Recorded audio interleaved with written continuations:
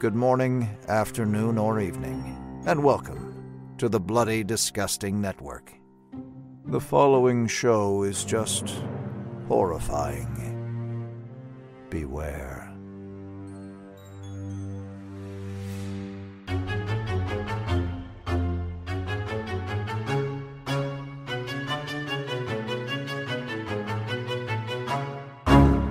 Sheriff, you're not cheating on your wife if you eat my lemon square. Your lemon squares taste like ass.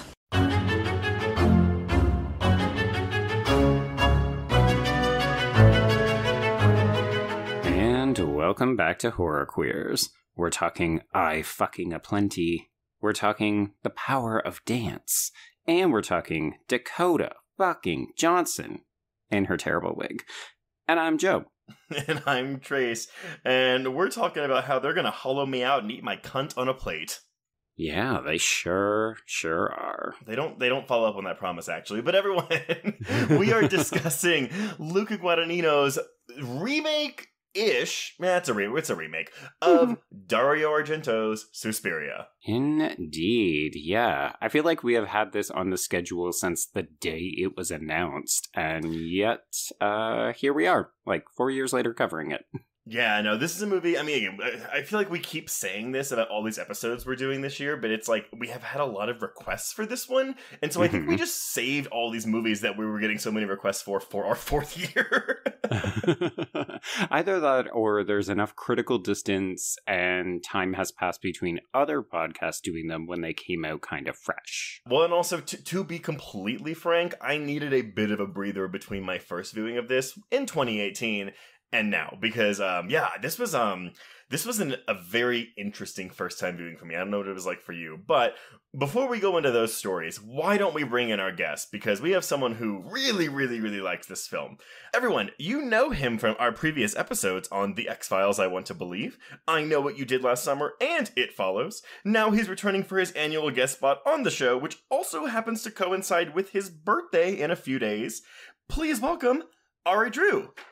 Hello. Ooh. Oh shit, the husband's in the house. I'm back, and this is one that I very specifically requested in advance, just so you know. That's how much it's like my It Follows for this year. I think we were gonna do this last year, but then we wound up, I don't know why we didn't do it, but we did It Follows instead. Yeah, and then I think the minute that we finished recording It Follows, you said, if you're doing Suspiria next year, I call it right now. That sounds pretty accurate. I feel like when I knew that it was an option, I jumped right on this one. Which is fair. Fair. Totally fair. Well, okay.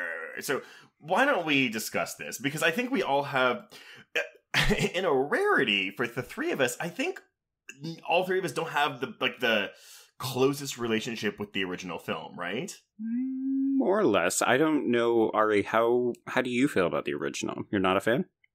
I first saw it when I was in college, early in college or late in high school, after hearing a lot about it, and actually after reading an article in Entertainment Weekly that broke down like all of these top however many scenes in horror films. And I remember seeing the death with the beautiful color and everything like that on the list, and I was like, oh, okay, I need to address this blind spot. And then I saw the film, and I didn't understand why it had such the fanfare it did, really. Okay. If I'm being honest, it just did not land with me. I didn't think it made a lot of sense, but I thought it was pretty. Right. I was kind of the same way. I was in high school when I saw the original, and I had heard of it probably only through Bravo's 100 Scariest Movie Moments, but I came across it, the DVD in Best Buy, and right on that cover was a quote from Entertainment Weekly that was like, the goriest opening kill ever put on film or whatever. And I was like, well, shit, I gotta watch this. It was my first Italian horror film. I was not aware. I was not familiar with the dubbing aspect going into it. So my child brain, of course, was like, that bad. Right. But I also, it was kind of a thing where I was like, there's not really a story. I mean, there is a story here, but like it was the epitome of style over substance. So it took me over a decade to warm to the original film. Right. Yeah, I feel like you're on the record as saying each time you watch it, you appreciate it a little bit more, but it's still not a personal favorite. Yeah, but I think you're the same too, Ari, right? I think I like it more than you do. It's. I remember we had a friend who brought over.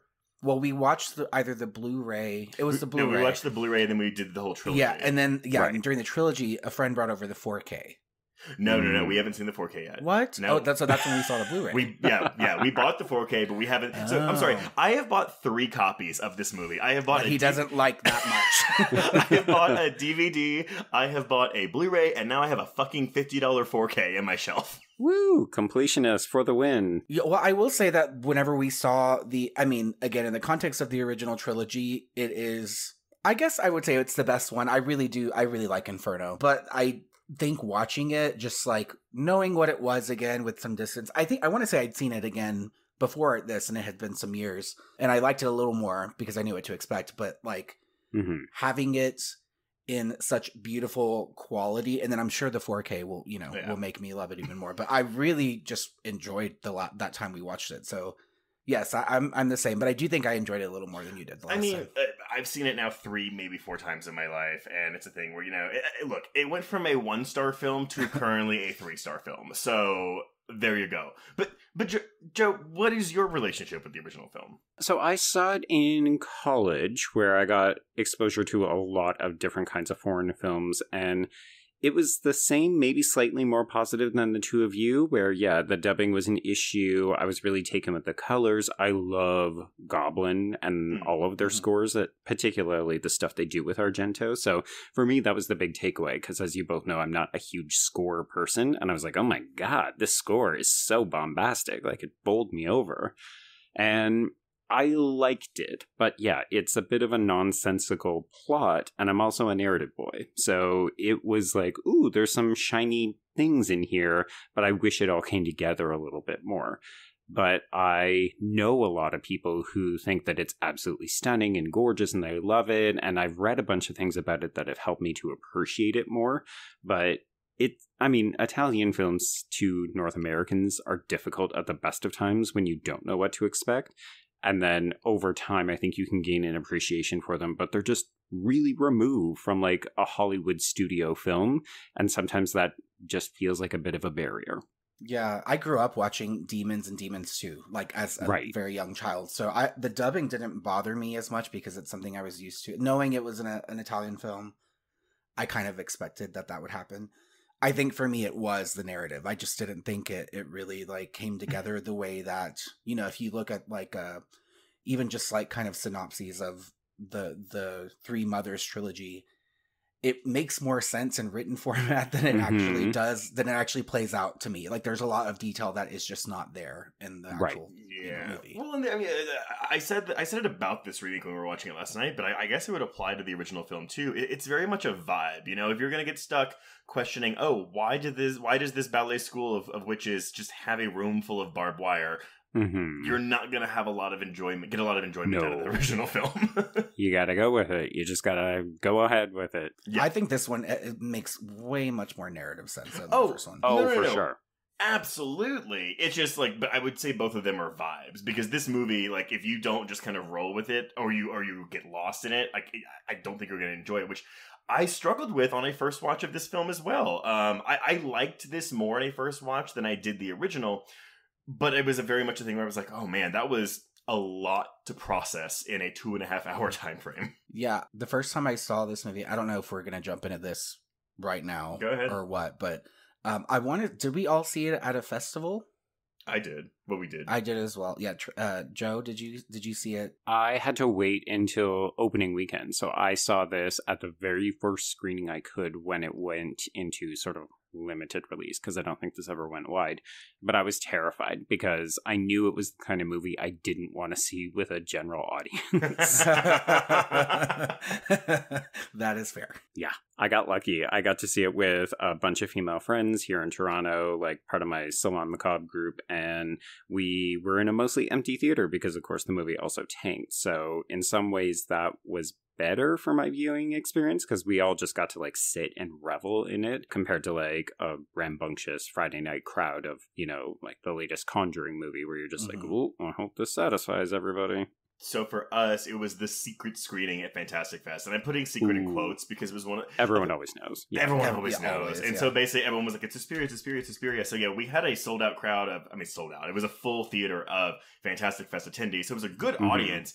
It's just, again, like... So I'll say, too, so I hoped that I would like this. I thought the trailer was just, like, the marketing material was stunning. And I was like, ooh, this feels like my vibe. We were in different theaters during that screening, I remember. And I don't think I was covering the fest that year, which maybe helped because I wasn't sitting through hours and hours of movies in advance of this 2.5 hour film that started in the evening. And I remember, like, I went to a concert right after, and it was like, I saw Troye Sivan and Kim Petras in concert. Like, I rushed to the venue right after I finished this. But I was, like, on such a high. I loved it so much. It was, like, exactly just, like, this wild, feminine, violent, beautiful energy that I needed that night. So yeah, I had a really positive reaction on my first viewing. And then you went to a like super queer pop. The gayest show ever, the queerest crowd. It was so great. Yeah, it was such a good night. Amazing. Well, okay, so this film is a bit of an anomaly because, yeah, I mean, like, we are remaking one of the most iconic horror films of all time, but changing nearly everything about it. And I think that's fascinating because, you know, listeners, as you know, me and Joe and actually Ari are very, very, very pro remake. Yep. You know, they've done well. And I think this is a film that is definitely doing that, but not in the way that anyone would have expected. So let's go to how this came to be. So all the way back in 2007, Luca Guadagnino was actually involved with this already. He convinced Dario Argento and Daria Nicolodi, because we don't want to forget the fact that that film was essentially co-written by her, although she was kind of, you know, gotten the shaft. But yeah, they are the creators of the original Suspiria. But he went to them and he convinced them to allow him to option a remake of this film. And again, this is 2007. He subsequently offered the project to David Gordon Green. Now, I know. That was really my reaction, Joe. Well, but here's the thing, though. So this time period, Pineapple Express is what, 2008? I was in college. Yeah, I'm trying to think of what year. Somewhere around there. Yeah, I was a junior or senior in college. So it's 2008, 2009. I think it was 2009. So had he done this remake of Suspiria, with by the way, a cast of Isabelle Huppert, Janet McTeer, and Isabel Fuhrman? ? I could have been down watch with that, though. Yeah, totally would watch it, but we might have not gotten Pineapple Express. Well, I'm fine with that. No, I love Pineapple Express. I adore. And I've recently like reconnected. I used to watch it a ton in college and afterwards, but yeah, during the pandemic, I put it on way too much for Trace's liking. In the past 6 months, he's put it on 3 times.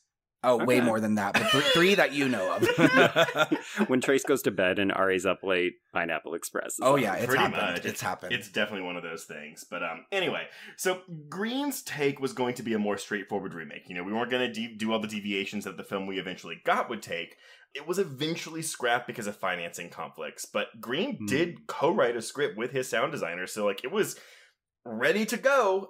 I seem to remember reports too of Natalie Portman being like involved in some shape, way, or form, but I wonder if, like, I don't know, she ended up doing Black Swan, so that was her Suspiria. Yeah. She was like, well, this fell apart. I guess I'll do the other ballet horror movie. Which I also love. Yeah, that's great. Love Black Swan. Well, still haven't covered it. Future episode. I know. One day. So, flash forward 7 years, because I guess, you know, after that tanked, people were like, well, fuck it, no one's going to remake Suspiria anymore. At the 72nd Venice Film Festival, Guadagnino announces his own plans to direct a remake of Suspiria, and again, I'm using air quotes here because he doesn't even call it that, with the 4 main actors in his film, A Bigger Splash, which had premiered at that same festival. And these actors were Dakota Johnson, Tilda Swinton, Ray Fiennes, and Matthias Schoenaerts. And he said the film's main theme would be the uncompromising force of motherhood. It wasn't going to be a remake, but an homage to the powerful emotion he felt when he watched the original film. Obviously, those 4 actors did not all come across. We just got the female actors, but this would be his 5th collaboration with Tilda Swinton, which I had no idea. Oh, yeah. Apparently, he calls her his muse. I mean, not surprising, right? She can do anything, I get it. Sure. She tries to do everything in this movie, so... That she does. Oh, we'll talk about the 3 roles, yes. You know, it's so funny. Well, yeah, you know what? We'll talk about it. It's fine. So, Tilda Swinton is the three mothers. She's all three of them secretly. That's the big twist here. Honestly, if we ever get Inferno or whatever we're gonna get, it's Mother Tenebrarum next. If we just put Swinton in that role, like by all fucking. I was thinking about that, and I would really love that. But anyway, that's jumping the gun. I know. Because Joe, you haven't seen Inferno or Mother of Tears, have you? I have not, no. Okay. Inferno is very much, I would say, similarly tone-wise to the original film. It's still a little bit, like, nonsensical. I want to say it's not as stylized, but it does have its own unique vibe, which I like. Yeah, but Mother of Tears is just... a hot garbage mess. But, like, it's comedy. It's pure comedy. Yeah. But not intentionally so. Yes, not in an intentional way. I did think even as, when we get to the Mother Marcos reveal in this movie, I was like, oh man, she's got little baby hands all over, and then I immediately thought of Mother of Tears and that scene that everybody always references. Oh, the baby? Oh god, the baby is we watched so that funny. scene a lot. Yes. Listeners, if you haven't seen Mother of Tears, don't see that horrible movie, but do, because it's really funny. Do Google Mother of Tears baby scene or something. Yeah, exactly. Okay, so Guadagnino pulls on American writer David Kajganich to write his remake of Suspiria because he had also written A Bigger Splash. He would also go on to develop the British television series The Terror and do its first season, which I saw and really liked. I heard the second season wasn't good, but I don't think he was involved with that season. He is not. The second season is good. It's just incredibly different. Oh, okay. Well, there you go. Interestingly enough, though, and this is what I talk about, like our horror inner circles here, Kajganich admitted that he was not a fan of the original film because he isn't a fan of the horror genre, saying, ugh. I know. Yeah. Yeah. Anyway, go ahead. Sorry. No, so he says, I don't like the horror genre because it starts to lose me when it's no longer about real people in the real world. So he wanted to take this practical approach to the premise of the original film, which of course is, about a ballet school that's run by a coven of witches, and say, well, what would this be like if it actually happened? And he wanted to give this remake a sense of realism that, as we all know, the original doesn't really have. Yeah, it works when you say it that way. When you just read the quote, I'm like, eye roll central. And I really wish that screenwriters, in a certain way, it's good to be candid, but also shut the fuck up and maybe watch more horror. I have that same reaction. Even when we were doing the research on this and I was seeing that quote, I just get so tired of people like feeling like they have to establish like, well, I don't really like horror. I mean, again, it is that ivory towery kind of, well, I think this is where we get to elevated, right? Like this, yes, these kinds of sentiments are why people feel the need to say, "Oh, well, it's not a traditional horror film; it's elevated." And you're just it's all horror. Well, Orphan First Kill is the exact same as Suspiria. They're just in two very different realms, right? But it's all horror. You're right, but here's the thing, though. So I'm not even opposed to the idea of someone saying, I don't like horror. But the way that this is delivered is the typical horror is a lesser genre than the rest because of X, X, and X. Mm-hmm. I actually like the idea of people not involved with horror or that don't have really a track record of making horror, doing horror, because we might get something like this, which is a really interesting perspective. For sure. We've seen a lot of people move over. It's just more where it's like, okay, I'm going to try to do something a little bit more my speed. You don't have to shit on an entire genre. Exactly. Yeah, and I also think like it kind of speaks to the cinematic education of some people, because I'm kind of like, okay, well, have you never seen like Rosemary's Baby or The That's Exorcist? Literally where I thought. I was like, that movie's about the devil, and yet it is incredibly realistic and grounded. Exactly. And it's like the themes in a lot of these movies, like we even rewatched The Exorcist kind of recently, and at one point I think we both were like, this feels like the Hereditary of its time, like just the way that it unfolds. It's so bleak. I just feel like when people say that, I kind of just want to be like, listen, I have a whole list of movies that I wish you would watch first. Let me program a night for you, and then you can talk to me about it in the morning. Exactly. So, okay, a really important aspect of this film is its setting and the things going on in Germany in 1977, which I will admit that this was my biggest hurdle on a first watch. I was very much like I'm an American, right? So I don't know a lot of German history, especially in Germany post-World War II, and this film is very much steeped in that while not really hand-holding you through all of the historical events. Yeah, that's putting it mildly. There's a lot of people who walked out of this being like, what the shit was all this RAF stuff? Yeah, so let's go into that. So yes, Kajganich chose to set the film in Berlin in 1977, the year the original film was released. And this was going to be during a series of terrorist events known as the German Autumn. Now, historical context, let's start with this. Yes, the Red Army faction, or RAF. They were a communist, anti-imperialist, and urban guerrilla group engaged in armed resistance against what they deemed to be a fascist state. And they were motivated by leftist political concerns and the perceived failure of their parents' generation to confront Germany's Nazi past. And they played a big part in this German Autumn, which was a series of events in 1977 associated with the following things. So, we start in April of 77, and we have Siegfried Buback, the Attorney General of West Germany. He is shot and killed in an ambush whilst traveling. 4 of the Red Army faction members were formally charged and prosecuted in connection with his murder. So that kind of kicks things off. The next event, July of 77, we have the failed kidnapping of banker Jürgen Ponto by the Red Army faction, but that resulted in his murder. So someone fucked up and accidentally killed him when they weren't supposed to. September of 77, so these next 2 things and the only 2 things left in this event, they're kind of tied hand in hand. But in September, we have the kidnapping and eventual murder of industrialist, businessman, and former Nazi Hans Martin Schleyer. And again, Red Army faction doing all this. Schleyer was abducted and held prisoner and was forced to appeal to the center-left West German government under Helmut Schmidt, the Chancellor of West Germany, for the then imprisoned first generation of Red Army faction members to be exchanged for him. So again, there's like 4 different generations of RAF, but the first one, a bunch of them were arrested and they were in prison. So they're like, cool, we're going to kidnap this ex-Nazi guy and trade him for the prisoners. Right, which is a pretty common sort of terrorist tactic, right? Like, we want money and we want the release of these things and also flies to a non-extradition place. Yes, exactly. So, while they have him, we have the hijacking of the Lufthansa Flight 181, also known as the Landshut by the Red Army faction. And this is with the help of the Popular Front for the Liberation of Palestine. So we're even getting into that kind of territory here. But they execute the pilot, they land in the capital of Somalia, and they demanded the release of 10 Red Army faction members detained at the Stamheim prison, plus 2 Palestinian compatriots held in Turkey, and $15 million in exchange for the hostages. Sure. Just a few things. Small potatoes. Just a little bit.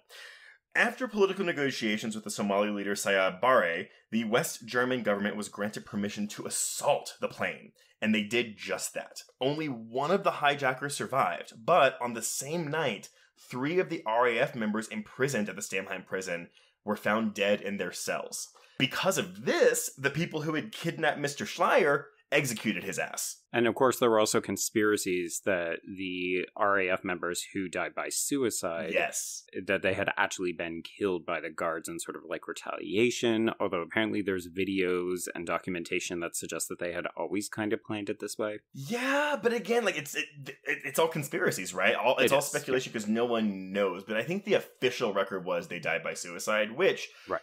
I mean, you could even read that into not really a suicide bomber, but like, yeah, a suicide terrorist. Like, hey, if we do this, then we'll kill this other guy we have hostage. Right. It causes outrage. It furthers their cause and so on. Exactly. That's a much better way of saying what I was trying to say. You got it. You got it. So this guy gets executed, and this all happens on October 18th, and this is pretty much the end of the German Autumn. So Suspiria begins shortly after the hijacking of the Landshut, in order to hint at the larger thematic concerns, specifically the response of the youth of the era to the denial by their parents' and grandparents' generations of German culpability in World War II. Mm-hmm. Kajganich used the political tumult of the time as a means of contextualizing the central plot surrounding the Marcos Dance Academy, where an American is getting her education in a way and how a modern kind of fascism might look within the structural organization or the hierarchy of this dance academy. Mm-hmm. Yeah, I saw a number of reviews who sort of linked the sort of rise of power in Germany, so the things that we're seeing and hearing on the news, to the way that the power play is happening within the dance academy. So they're meant to parallel each other, and, well, I can definitely appreciate people saying, well, it doesn't feel like it's well integrated, or it feels like it detracts from the things happening at the Dance Academy. It's harder to make that argument once you actually know the background of what's happening. Like, it is a very, very deliberate decision. I just think on a first watch, when you don't really know what to make of it, or if you don't know the history, it does feel like a subplot that is detracting. Yeah, that's actually one thing too. The more I've watched this, the more I've appreciated it, how the themes are kind of interwoven across like the historical context and what's going on in the academy, and what's going on with the psychiatrist and his story and with his wife. And so I think for me, it just works more and more every time. But I'm also someone who loved this the first time, so I was willing to go back. Well, Right. no, but Joe, I feel like we just talked about something recently, though. We're talking about a foreign film, and it's like, yeah, like there are a lot of things in foreign films that deal with, existing states of affairs or history with their country, and they're not always going to spell that out for you because they're not always geared towards American audiences. So if you don't know that going in, yeah, you're gonna miss out on some. Maybe it was stage fright, actually. Yeah, it's kind of, I would say like a Serbian film is one that I think, which I know that people have reactions to that. But so like I like French extremism too. For sure. Yeah, the number of people who just want to say, oh, they're really violent films, and then you dig into the history of France, and you're like, oh, never mind, I spoke too soon. So what you're saying is you want to cover a Serbian film at some point. Oh my god, I've actually never seen it. I love it. I like it, quote unquote. But honestly, it's been so long since we've seen it that I need to watch it again because it's just been so long. Yeah, since I've seen it a few times. I still really like it. Based on the last watch, I think it does a lot. But that's not what this is about tonight. Content warnings for everything in case you're like, what's a Serbian film? Yeah, especially anyone who's like ever taken my recommendations, like to see films like Watcher. Do not watch a Serbian film just based on that. Please do some research. Yeah, it's like, hey, did you enjoy the sadness? Then you may enjoy a Serbian film. Yeah, maybe. That's a better pairing. Yeah, probably so.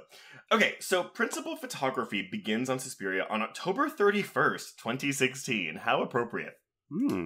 With a production budget of $20 million. And I will say right now what I told Ari last night about 5 times. I cannot believe a studio gave this movie $20 million. Not because it's bad, but because this is a niche movie. A 2.5 hour long horror remake steeped in German history. And it is a slow burn.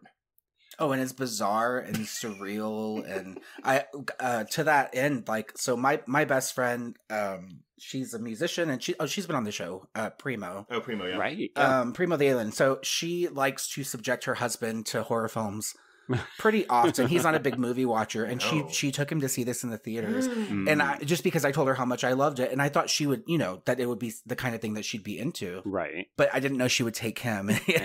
She was like, he tells me to this day, like, that movie, I don't even know what the hell was happening in that. Don't ever take me to a movie like that again. But see, when we get into the plot, though, I mean, like, again, this is a movie where I kept being like, what the fuck is going on in this movie? Like, what is going on? And watching it only for the second time in my life last night, I was like, oh, everything's so clear now. Like, everything makes total sense.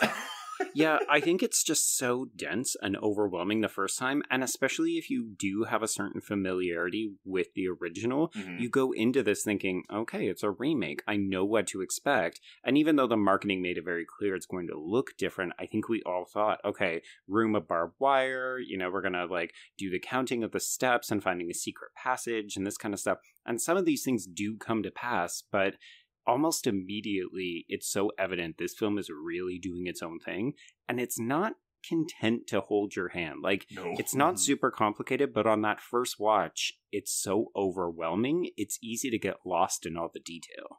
Or it's so engaging and so absorbing that it's easy to just kind of like fall in love with, like, for me, like, the world and the energy that it builds, I think, is so captivating. Like, the first time I saw it, it was kind of, I want to say this was, when did Raw come out? 2016. Okay, so previously at a festival, I had a similar experience when I saw Raw, because I saw it with our friend Jenny, and we both loved it, and it was just one of those experiences where you see a movie and it's that first time you have a reaction, and it's such a positive reaction, and you're so, like, you get that high, right? Yeah, you're like, I got to experience that for the first time. I've missed that. Like, it doesn't happen that often. It doesn't happen, like, multiple times a year. It's like you find that one thing that really really gets you. And this did that for me. And so, yeah, it's a thing too, whenever folks would be like, that movie's 2.5 hours long. And I'd be like, yeah, what of it? I will watch a 5-hour version of this fucking movie.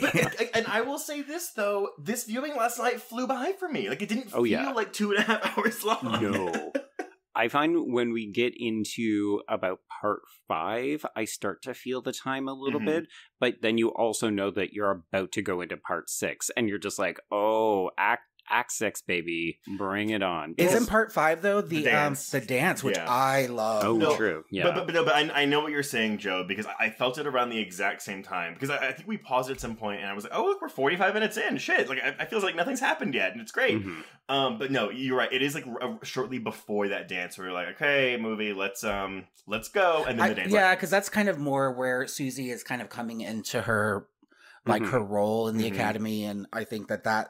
They do play that a little bit slow, like a slow build more so. And then, but I feel like, we also get, the psychiatrist, what is his name again? Klemperer. Jesus, I will never remember that. Klemperer, like his whole story, I feel like that maybe his involvement gets a little more, pronounced. And anytime that's happening, I found myself kind of like tuning out a little bit. Now I'm into it more, but initially, yeah.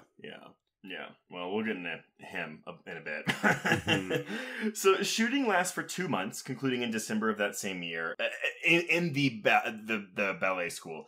While the remainder of principal photography was finished in March of 2017, as they kind of went around to different locations to film. The filming conditions at the ballet school, which were at a hotel, by the way, were apparently not that great. It was, as I said, it was shot in the winter months, but the hotel was inefficiently heated with gasoline space heaters because it had been abandoned for several decades. It had also been adorned with cellular towers on the rooftop, giving out a constant signal from the antennas that made the cast and crew very weak and tired, but also there was so much electricity pulsating through the building that everyone was shocking each other. Which is good, because nobody touches anyone in this movie, ever. I say that is like a horror movie in and of itself. They should make a film about that. Well, 100%, right? I know Dakota Johnson has that buzz quote where she was like, she said, like, the filming of this movie fucked her up. She had to go to therapy for a while. And of course, it got misconstrued because people were like, oh my god, what'd they do to her? She goes, no. It was just a very mentally taxing film to work on. Well, probably physiologically so too. I mean, it's all those things, it's like the environment that they were into, and then the content, and then the fact that these people were dancing their asses off. Well, and on that note, actually, so, I mean, for dance choreography in the film, they use contemporary dance as a central influence.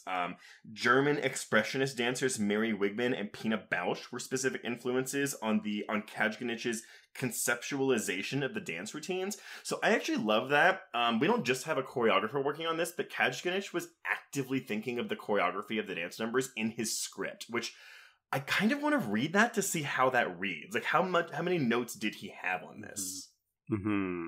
Yeah, I wonder how visual this was too, because everything that I know of Guadagnino is that he's very much like an image-based kind of person, so I imagine that script was kind of littered with visual references as well. Like, I wonder if that's part of the reason that the script ends up coming together so well, is it's a marriage of two really well put together minds. Yeah, I would say that I feel that. Like, it feels like a scenario where you had a script that was very much kind of written with the director in mind, with the visuals in mind, which is not always the case when you write a script. And so I think, or at least not to the level of detail, because sometimes you don't want to put that much, as much detail in a script, knowing that directors take things in their own direction sometimes, or producers or editors. But I think because directors normally, in my experience with all the directors that I know, please introduce me to them. No, they don't like that, because no, it's my movie. Your script is the bones. However, because Guadagnino and Kajganich had already worked together on A Bigger Splash, I wonder if they already had a really collaborative relationship to where they knew what each of them was going to do. Yeah, right. No, that's kind of what I was getting to. Is I feel like that this is a scenario where you can tell, for me, that that the relationship was so strong that they were really on the same wave. Yeah. But aside from Dakota Johnson and Mia Goth, all of the actresses in the on-screen dance scenes were professional dancers. However, Johnson trained extensively. Now, I have 2 years, some reports say 1. Nevertheless, a long fucking time. She trained for at least a year leading up to the shoot to achieve the body type and technique of a dancer, spending 2 hours each day training at a dance studio in Vancouver while filming 50 Shades Freed, because what else was she going to do? Act in that movie? Wow. Work. No shit. I haven't seen the second or third one. I think the first one's fine, but It's like trashy fun. Yeah. I like a good like sexy thriller, even though it's not that thrilling. it's not that thrilling. Yeah. I just like Jamie Dornan. Yeah. I mean, really, if you want to talk about like a sexy thriller, she was prepping for this fucking movie, which has like This is way probably sexier. more BDSM Yeah. than 50 Way Shades. sexier than any of the 50 Shades. My God, Yeah. what I love, like, you know, when you see the MPA ratings and it has like all the reasons it's rated R or whatever. This one's like a paragraph. wait, I have this. Hold on. Wait, it is rated R for disturbing content involving ritualistic violence, bloody images, and graphic nudity, and for some language including sexual references. Also, baby arm. Sure. Yeah, baby Right. arm. Leaking body juices. Lots of Oh, juices. yeah. So much body juices. Ugh. This is a wet, horny movie, It's if so we're being good. honest. But Johnson trained in various forms of dance, ranging from ballet to contemporary dance. She studied the work of Wigman, listened to various musical acts of the 70s, like the Carpenters, Jefferson Airplane, and Nina Simone, artists she felt would have informed her character's instinctive movements in the film. Oh, that's fun. I mean, sure, except she's also meant to be a Mennonite who wouldn't have had exposure to any of those things. Yeah, but she's a bad Mennonite, Joe. Like This is she's true. she's obviously She like drawn to the hitchhikes. dark side. Well, she does hitchhike and she gets in trouble and and she doesn't give a fuck. I want to talk about that too, actually. Maybe not now, because I in some of the analyses of this film, I wasn't seeing a lot of the religion brought up. But it's interesting because she does leave one religion and essentially joins another one. 100%, yeah. It's a religion or a cult, and Klemperer even says that. He equates what's happening Yes. at the school with religion. Oh my God. Oh, I have that line too. It's a really... Oh, the line's really good about the delusions. If you can Mhm. share your delusion, it's religion or something. Yeah, we'll get to it. It's good. Okay, so like its predecessor, Suspiria was shot on 35mm film stock, and to achieve a 1970s style effect, the film uses slow motion and numerous camera zooms typical of the period, including the recurrent use of snap zooms. Yes. Fucking love them. Well, and it was so interesting because I was like, this is a very like deliberate and distinct way of using this camera. You see the zooms a lot more in the first half, and then you get those slow motion, and I'm gonna say up front, I don't like the blur effects that are in the last half of this movie. I know why they're there. I don't like the way, I mean, they are visually unappealing to my eyes. I think they're so like tonally on point in how they put you in this nightmare, and it's like a surreal experience that's like dizzying, and I really like that. And maybe that's why I don't like it, because it is getting the job done, and I'm like, no, Right. I don't like seeing that. Yeah, that's fair. I mean, that's how I feel when I watch like a movie like Climax, like that is like visually like trying to represent this anxiety and this trip essentially, Right. and you're just like, oh, I don't like feeling this right now. Yeah. I find it works best when Susie is getting ready for the dinner and she's kind of like coming into Suspiriarum, and I like it less when Death is going around, because then it kind of feels like, ooh, we have hit the $20 million budget and now we're trying to make it work. And maybe that's not the case, but that is the vibe I got as well. See, Joe. I don't feel that way because I feel like that movie is like an updated equivalent of the gore and what they do in the original.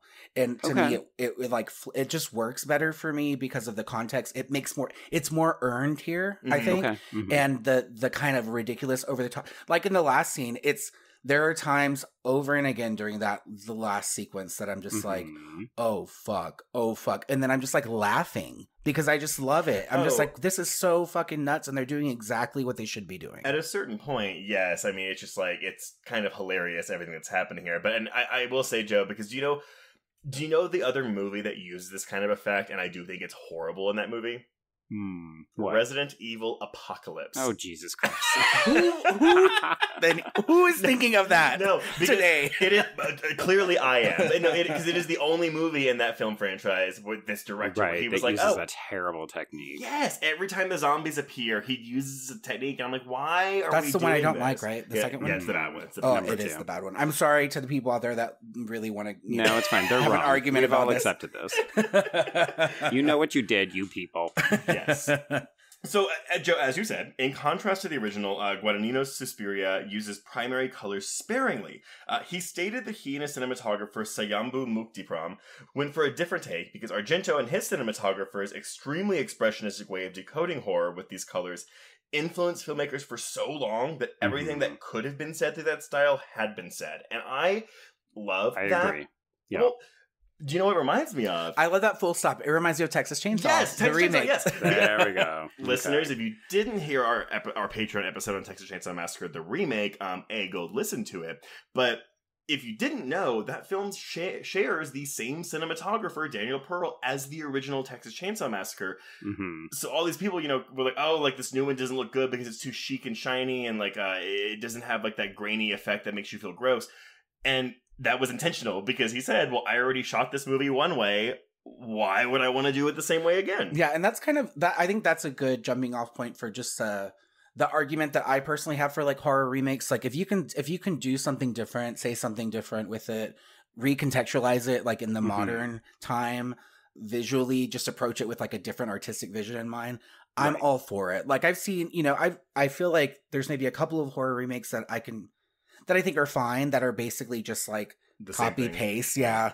Mm-hmm. But I really, the ones I love are the ones that they kind of just do their own thing. And this film almost feels like it is the very long novel that the first film was like culled from, to me. Like, Right. It's like if someone took like all of this detail and all of this like minutia as far as like the background and the themes, and then like synthesized it into something that was a little more streamlined. That's how the original feels compared to this to me. Which I think is like probably like total blasphemy to people, so don't kill me. but I will say that I remember when it first got announced on Bloody Disgusting. Like they had started pre-production of the film, and Guadagnino did an interview where he said, like, yeah, we're not doing primary colors. We're going to make this muted color palette. And people flipped. Yes, but to me, I was like, oh, like, Thank you. You have my attention now, because this shows that you were trying to do something actively different with this material. But that's where we get into this whole thing with specifically horror fans, where it's like, you can do a copy-paste hack job. You can do Gus Van Sant Psycho. You can do Friday the 13th, where it's like, not the same, but it is. Or you can do this, and you're not going to make anyone happy. Yeah, more or less. The lesson for me to be taken away is very much what Ari just said, right? Like, if you have a specific point of view, if you want to do something different, I think one of the other reasons that sequel, remake, prequel, whatevers, I think the reason that they often get a bad rap is because people feel like they're just cash grabs, right? Like you're grabbing onto an IP that's probably been sitting dormant for a while and saying, how can we continue to make money off of this? Whereas here, it's, yes, we're obviously doing that. We're paying homage in a couple of different places, but also we're looking to do a companion piece, a compliment, a homage, be with it what you will. But like, this is clearly a distinct vision, it just happens to be called Suspiria. It's just the whole cash grab thing. I mean, we've talked about this. Everything is a cash grab. Everything's a cash grab. Stop pretending like people don't want to make fucking money. Yeah, it's an yes, industry. it's art, but also they need to make money. But we know that, money, As man. much as we want to believe that everyone makes film just because they love it and they are artistes, that is unfortunately not the case. I mean, I'll say that, like, when it comes down to like screenwriters and directors, like you're more likely to find impassioned people in those jobs that really want to like make art that's, maintains their artistic integrity. That is the vision that they want. But again, we're dealing with studios and massive systems that have been kind of fucked up in how they work for a while. Right. And a lot of it just has to do with their concern with how much money they can make. So I do get the argument.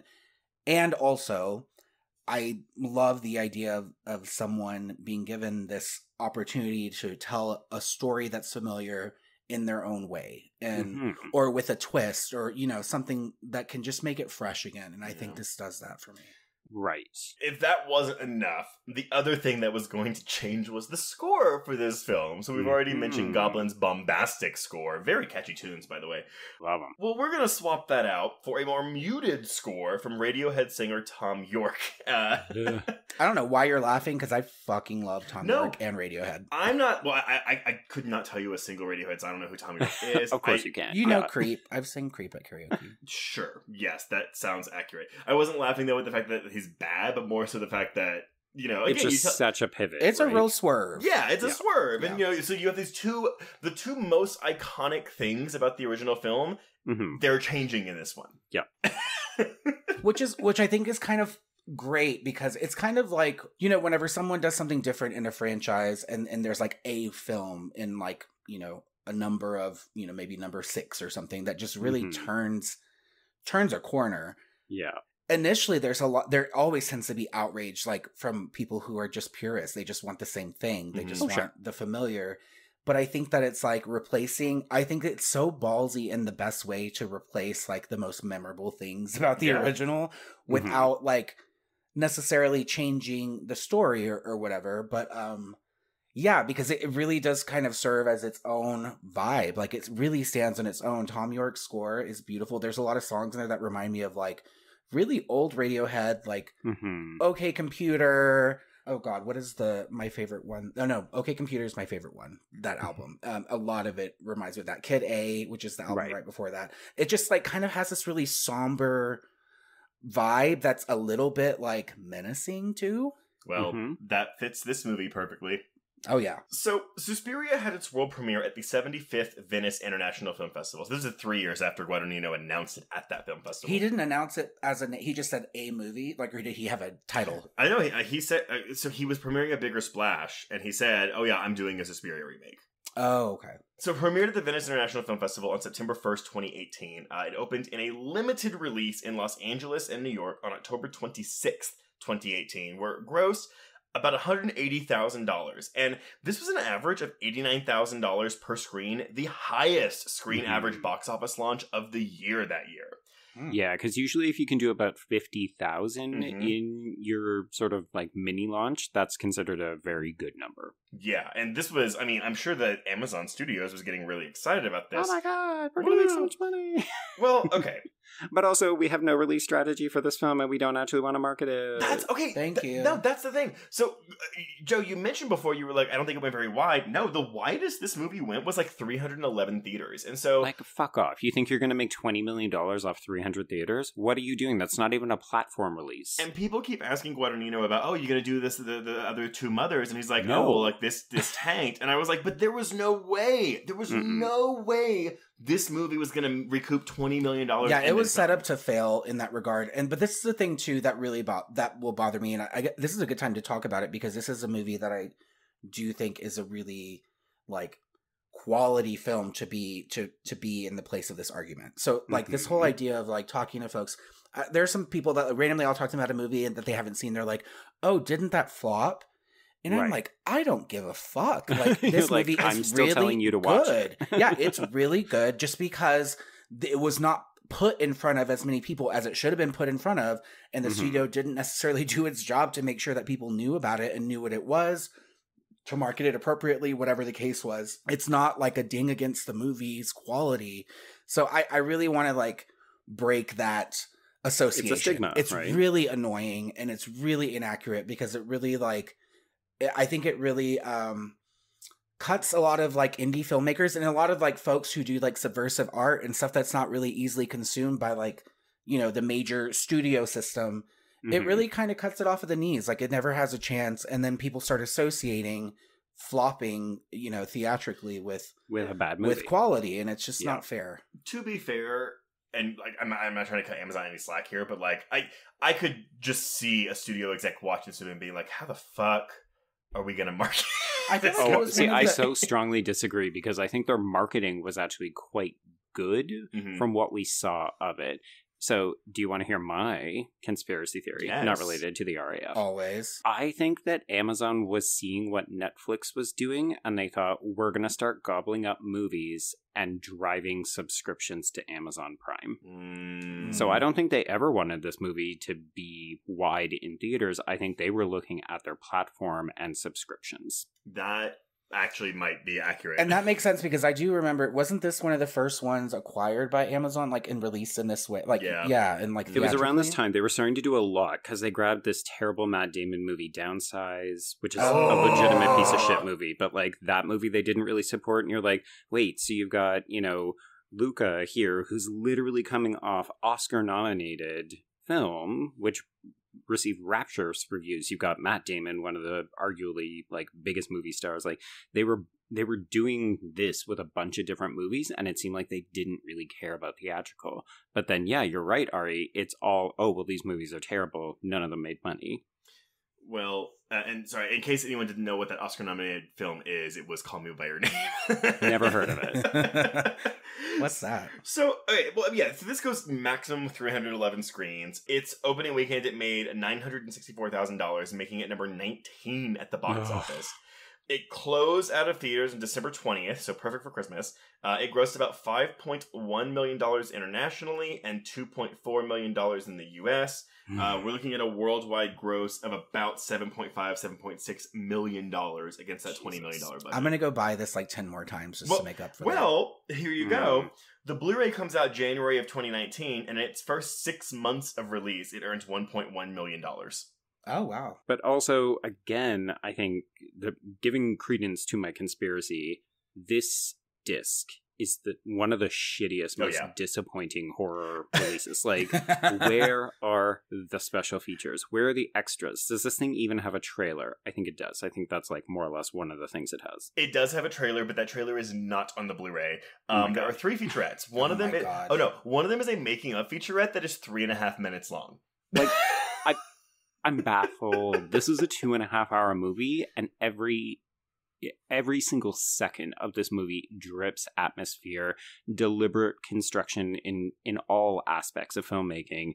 You cannot condense that into a 3-minute featurette. That is insulting. That is super insulting. Also, like, I have been working on building the Watcher cult on Twitter since I've watched it like 6 times in like 2 weeks.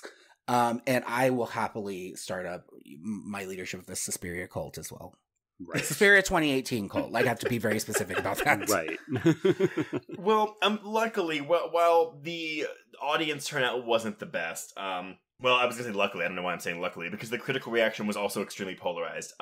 We're looking at a 65% on Rotten Tomatoes with an average score of 6.9 out of 10, which I think is very interesting because an average score of 6.9 out of 10 is pretty good. I think that sounds good. For a 67% or 65% score. So it's like, it was leaning positive. We've got a 64 out of 100 on Metacritic, but Letterboxd users have given it a very nice 7.4 out of 10 or 3.7 out of 5. Okay, Letterboxd, you've saved the day a little bit. That's a 5-star for me on Letterboxd. I'm about to bump it up to one of my favorites. It's going to be on the top 4. Yeah, this is a 4.5 out of 5 for me. This is a very nearly perfect film. Joe, I bumped this up from a 3 out of 5 on my first watch to a 4.5 out of 5 on a second watch. Yeah, baby, you are coming along. Welcome to the cult, Daddy. I just needed to wait 4 years and do some research. That's all I needed to do. I mean, yeah. Sometimes that's what it takes. So, I mean, that's really it for production, release, and reception. I do have one little bit that I'll just mention, but I don't really want to get too much into it. But there was a lawsuit about this film. It was reported that Amazon Studios was being sued for copyright infringement by the estate of artist Ana Mendieta. The suit, filed in a federal court in Seattle, Washington, alleged that 2 images present in the film's teaser trailer were plagiarized from Mendieta's work. The first is an image of a woman's hands bound with rope on a white table, allegedly derived from her untitled rape scene piece of art. And the other is the red silhouette of a body imprinted on a bedsheet, which was claimed to have been derived from her Silhouetta series. A cease and desist letter had been delivered to Amazon in July over the images, and they were not included in the subsequent theatrical trailer released the following month. But according to the suit, both images had been excised from the film, but an alleged 8 others bore notable similarities to other works by Mendieta. So, about 2 days before the film's release, it was reported that Amazon Studios and Mendieta estate had reached an undisclosed settlement. Yeah, okay, so with that, I would say, like, that makes sense, and I am glad that they came to a settlement, an agreement, because that means that Mendieta is getting They clearly money, did lift those images, good. So they should be paying those artists. And this is the kind of movie, too, like, where it's in bad faith to not approach the artists or their estate. Like, if it's clear that you're taking, if nothing else, it adds more credence to the film and just kind of like what it's trying to incorporate in the vibe of it. Like, you know, this is a type of art that we're taking inspiration from. Like, it would have been a win-win. I don't understand why the studios just don't do that. They have money, but unless she didn't want to give away her stuff for it. Yeah. Maybe not, and maybe Right. and maybe I think the studio's like, well, we have the money, so if she sues us, we'll just take care of it. settle. Yeah. It's worth it. Yeah, We'll run I the mean- risk. But if they're out of the film, then what's the point? Well, but then they have 8 others that bear similarities, so they paid. Oh, That's yeah. why there's settlement, and That's true. those aren't removed. That's true. Yeah. That's true. And if folks want to actually cross-reference these, I'm going to direct you to the first of a couple of sources I'm going to reference throughout the episode. In case folks didn't know, Stacey Ponder from Gaylords of Darkness is just a bit of a fan of this movie. So she has a huge comprehensive archive of all sorts of stuff, but I'll direct you to her Day 25 of 31 posts on the film called Appropriate versus Appropriation, in which he actually documents all of the artistic references that Luca and his collaborators do. And it's really interesting. Like, you can really see it when they're laid out side by side. It's a very interesting post. Yeah, Stacey, thank you for doing the Lord's work. I will definitely be looking at Oh my God. Yeah. So much work. We have some podcast episodes for you to listen to. Jesus Christ. Yeah. Ari, I think you may actually have to join her cult, because I think she might be the OG cult. Hey, I'm down. Yeah, please take me on board. I can be the marketing director now. It's fine. Oh man. Well, okay, so that is how Suspiria came to be and what happened to it. So why don't we finally talk about all the things that happened in this movie, Joe? All right, so I'll also reference that I'm drawing a little bit on friend of the show Terry Menard's review on Gaily Dreadful, as well as a piece by Zoe Fortier called Women and Queerness in Horror, Suspiria 2018 for Phoenix Gaming. All right, so we open with Suspiria, a little title card that says the film is composed of 6 acts and an epilogue set in divided Germany. So right off the top, if you didn't think that the divided Germany parts were important, the film's telling you right from the opening moments. So we open with Act 1, 1977, and right off the bat, we're getting more frenetic shooting and editing than we'll see in the rest of the film, and this is to mirror the distraught and delusional psyche of Patricia, who is played by Chloe Grace Moritz, and she bursts into the office of psychiatrist Dr. Klemperer, who is played in drag by Tilda Swinton. I will not acknowledge the fact that they tried to do this bullshit PR spin. I don't know why they did it. I think it only hurt the film. I don't even want to talk about it, but yeah, it's y'all's podcast. No. I mean, I think it's stupid. It is stupid. I'll go through this really quick. I mean, it's like March of 17, so about 6 months before the film actually gets released. Photographs of a seemingly old man, were released, and people were like, "Oh, that's Tilda Swinton in makeup." Yes. Exactly. Actually, so then a year later, about 6 months before the film comes out, in February of 2018, Guadagnino calls the claim complete fake news, saying the man was not Swinton, but in fact a German actor named Lutz Ebersdorf in his screen debut. They even made a suspiciously empty IMDb profile for this quote-unquote actor. Why? I don't know. During a press conference at the film's premiere, they were still going with this charade. Swinton read a letter purportedly written from Ebersdorf in lieu of his presence, which read, "I am a private individual who prefers to remain private, though I strongly suspect Suspiria will be the only film I ever appear in. I like the work, and I do not mind getting up very early." Okay. So, the end of September 2018, this is when we see it at Fantastic Fest.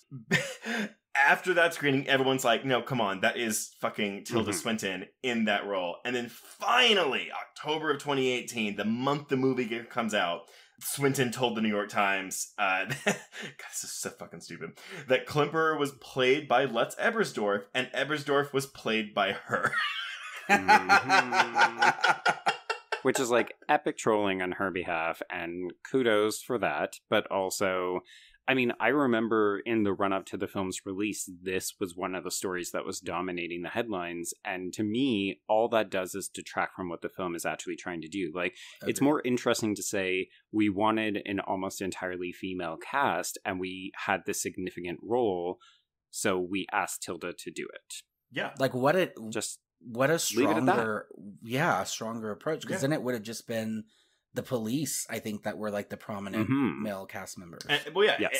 Every man in this movie is mocked and made fun of. Oh yeah.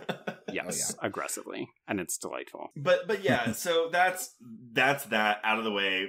I like Swinton in this role of Klemperer. Sure. I never for once think she doesn't sound like Tilda Swinton making an old man voice. Sure. I liked the voice, and I want to say, like, I was not really, like, up to date on this whole thing, but by the time I saw it, I didn't know about it until, like, after. Mm-hmm. And I remember thinking it was weird, and I want to say the person, I think it was Jenny sitting next to me, someone sitting next to me was like, you know, that's Tilda Swinton, right? That's probably Jenny. And I was like, what?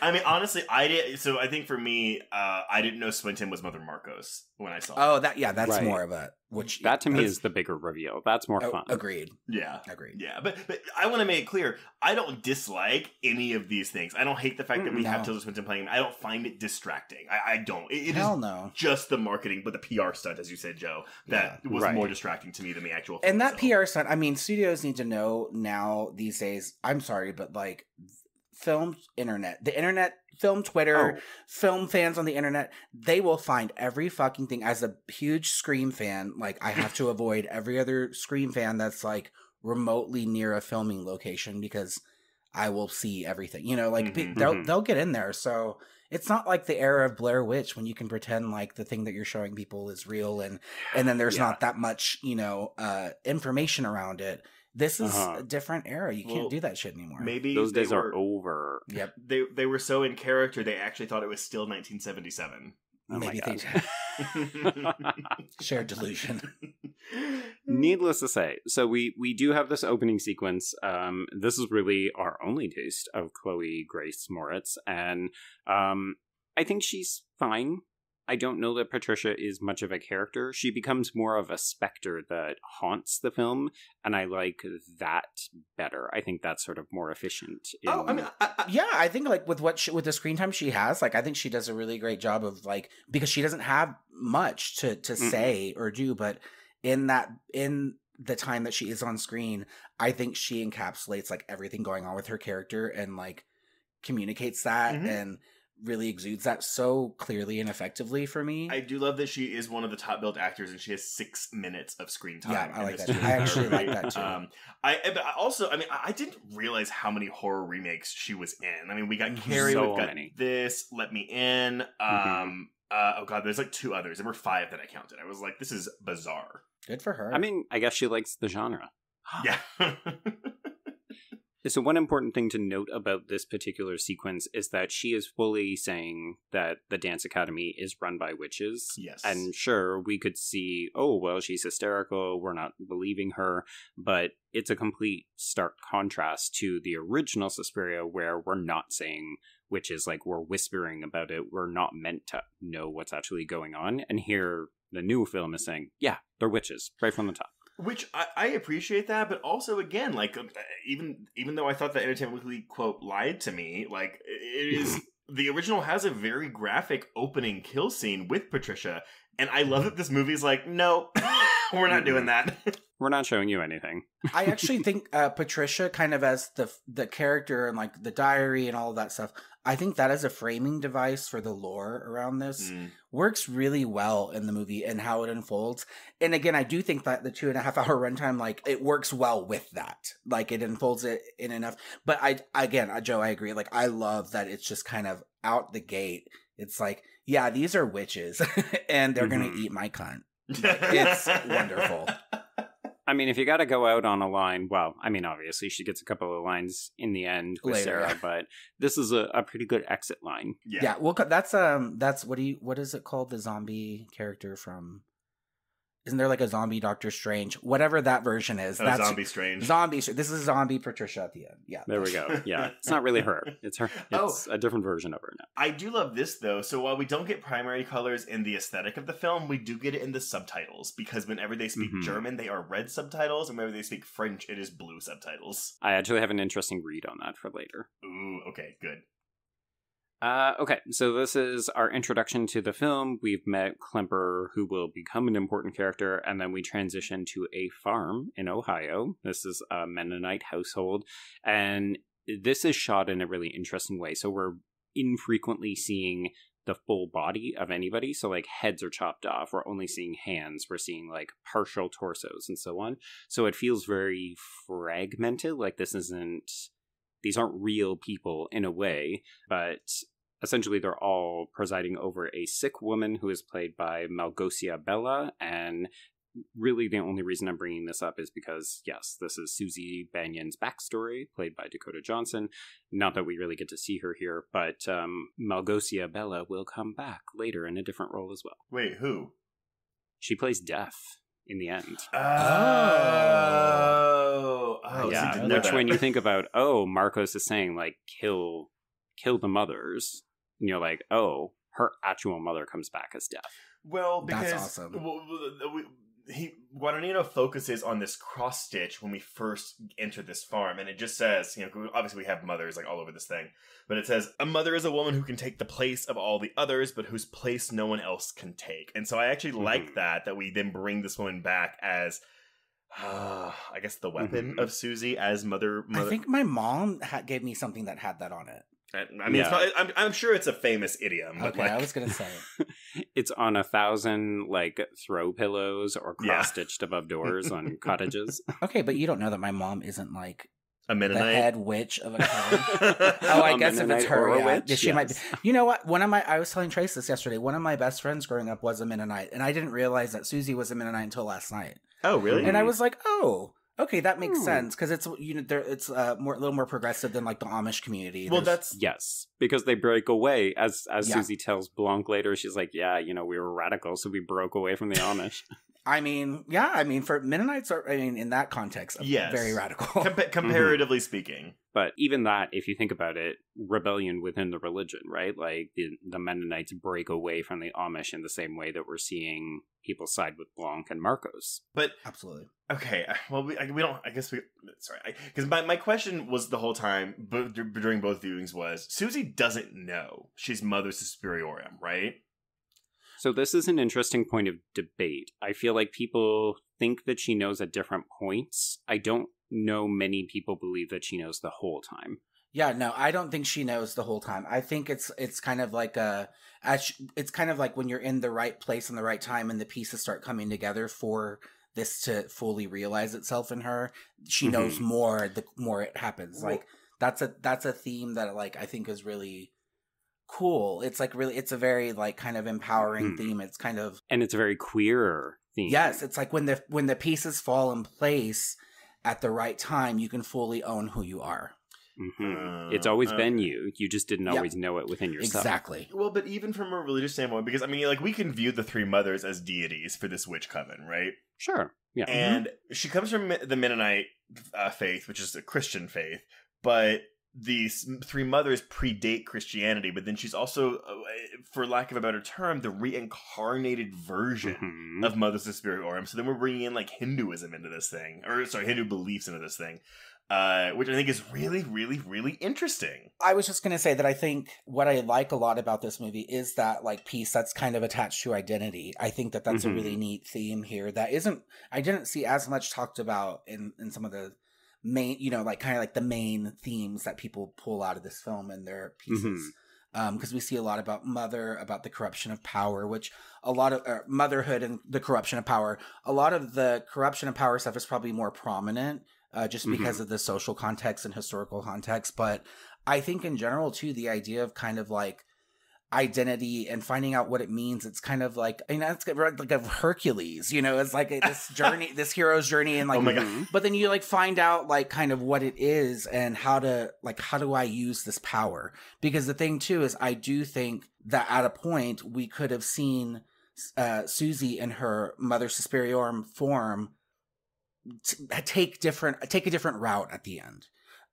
And what we see is something that's kind of above petty politics, which is kind of really what the rest of the company was all about. And they corrupted kind of the purity of that. So I don't know if this is me rambling, but again, that to me is a theme that really speaks really strongly to me. Well, because that's the other thing too, though. Because we're changing Mother Suspiriorum from the main villain of the original film to the heroine of this film. Kind of. Yeah. But based on the way that she ends the film, it's all because this coven of witches are evil. But I don't get the impression that Mother Suspiriorum is inherently evil.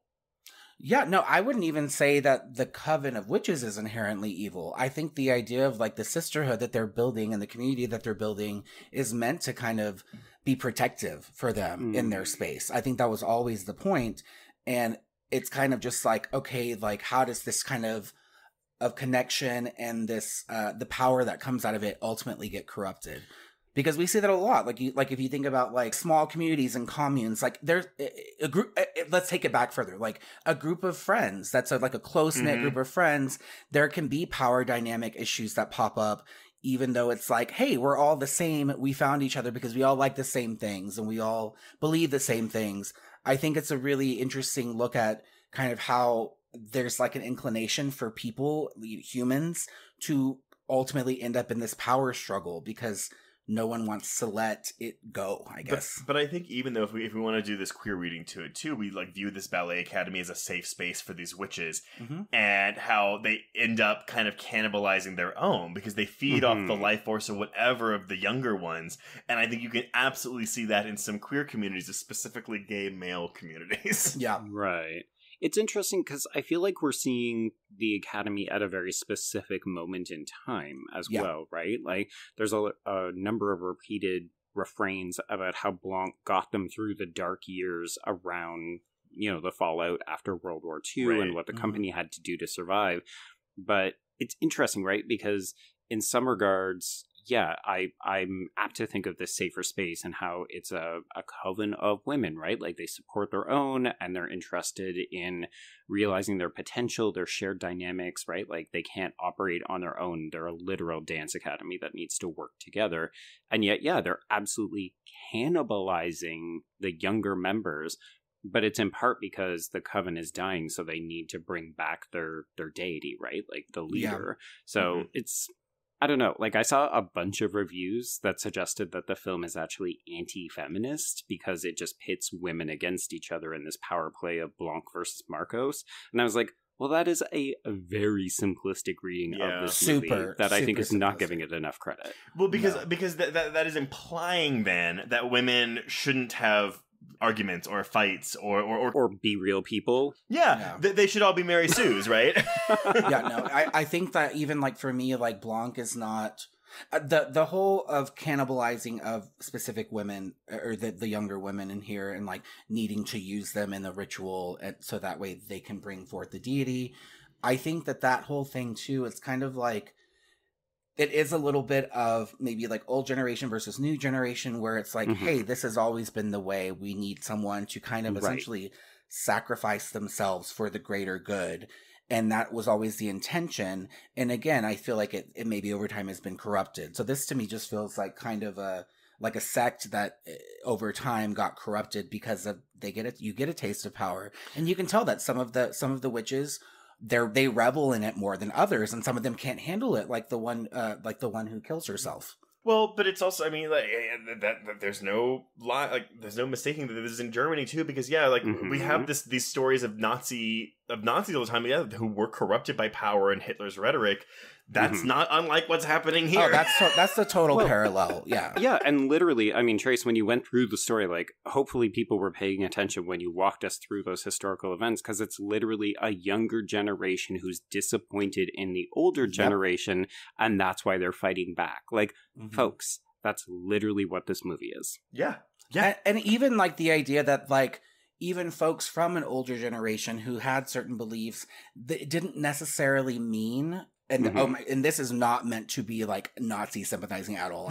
We're not excusing anything. No. Much more generally. But this idea of like that the intention is for the greater good. Like I think Blanc is someone who like by the end like wants to protect Susie. You know, like it's like making sure that like that it's pure and that they're doing this the right way, recognizing that it is a sacrifice, but also recognizing like this is the way.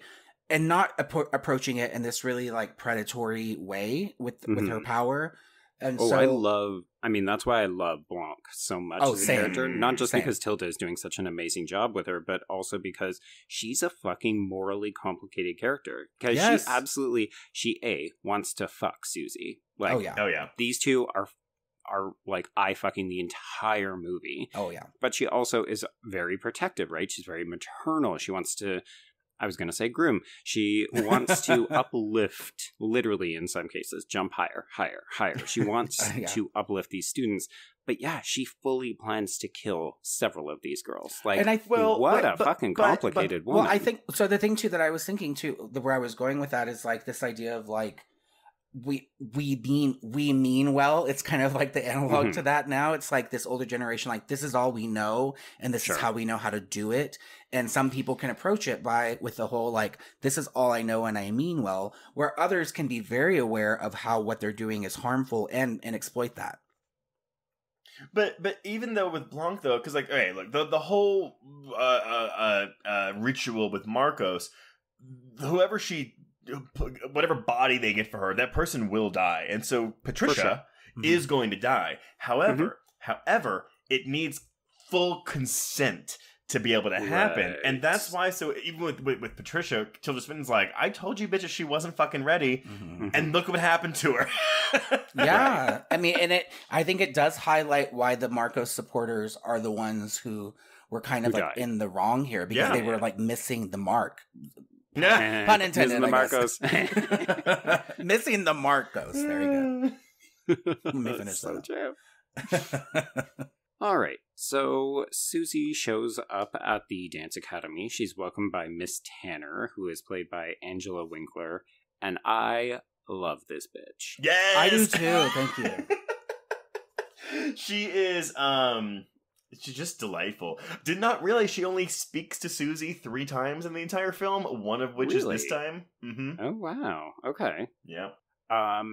Yeah, I mean, I feel like one of the things that I just wish we got a bit more of was more of these madam/matrons, because they all seem really interesting, and we get a taste of their personalities throughout various scenes, but a lot of them I'm just like, oh, I couldn't tell you their name if I was forced to at gunpoint, but I find that they're fascinating. The one that I always, besides Tanner, is Vendegas, because she looks like she should be played by Patricia Quinn from Rocky Horror Picture Show.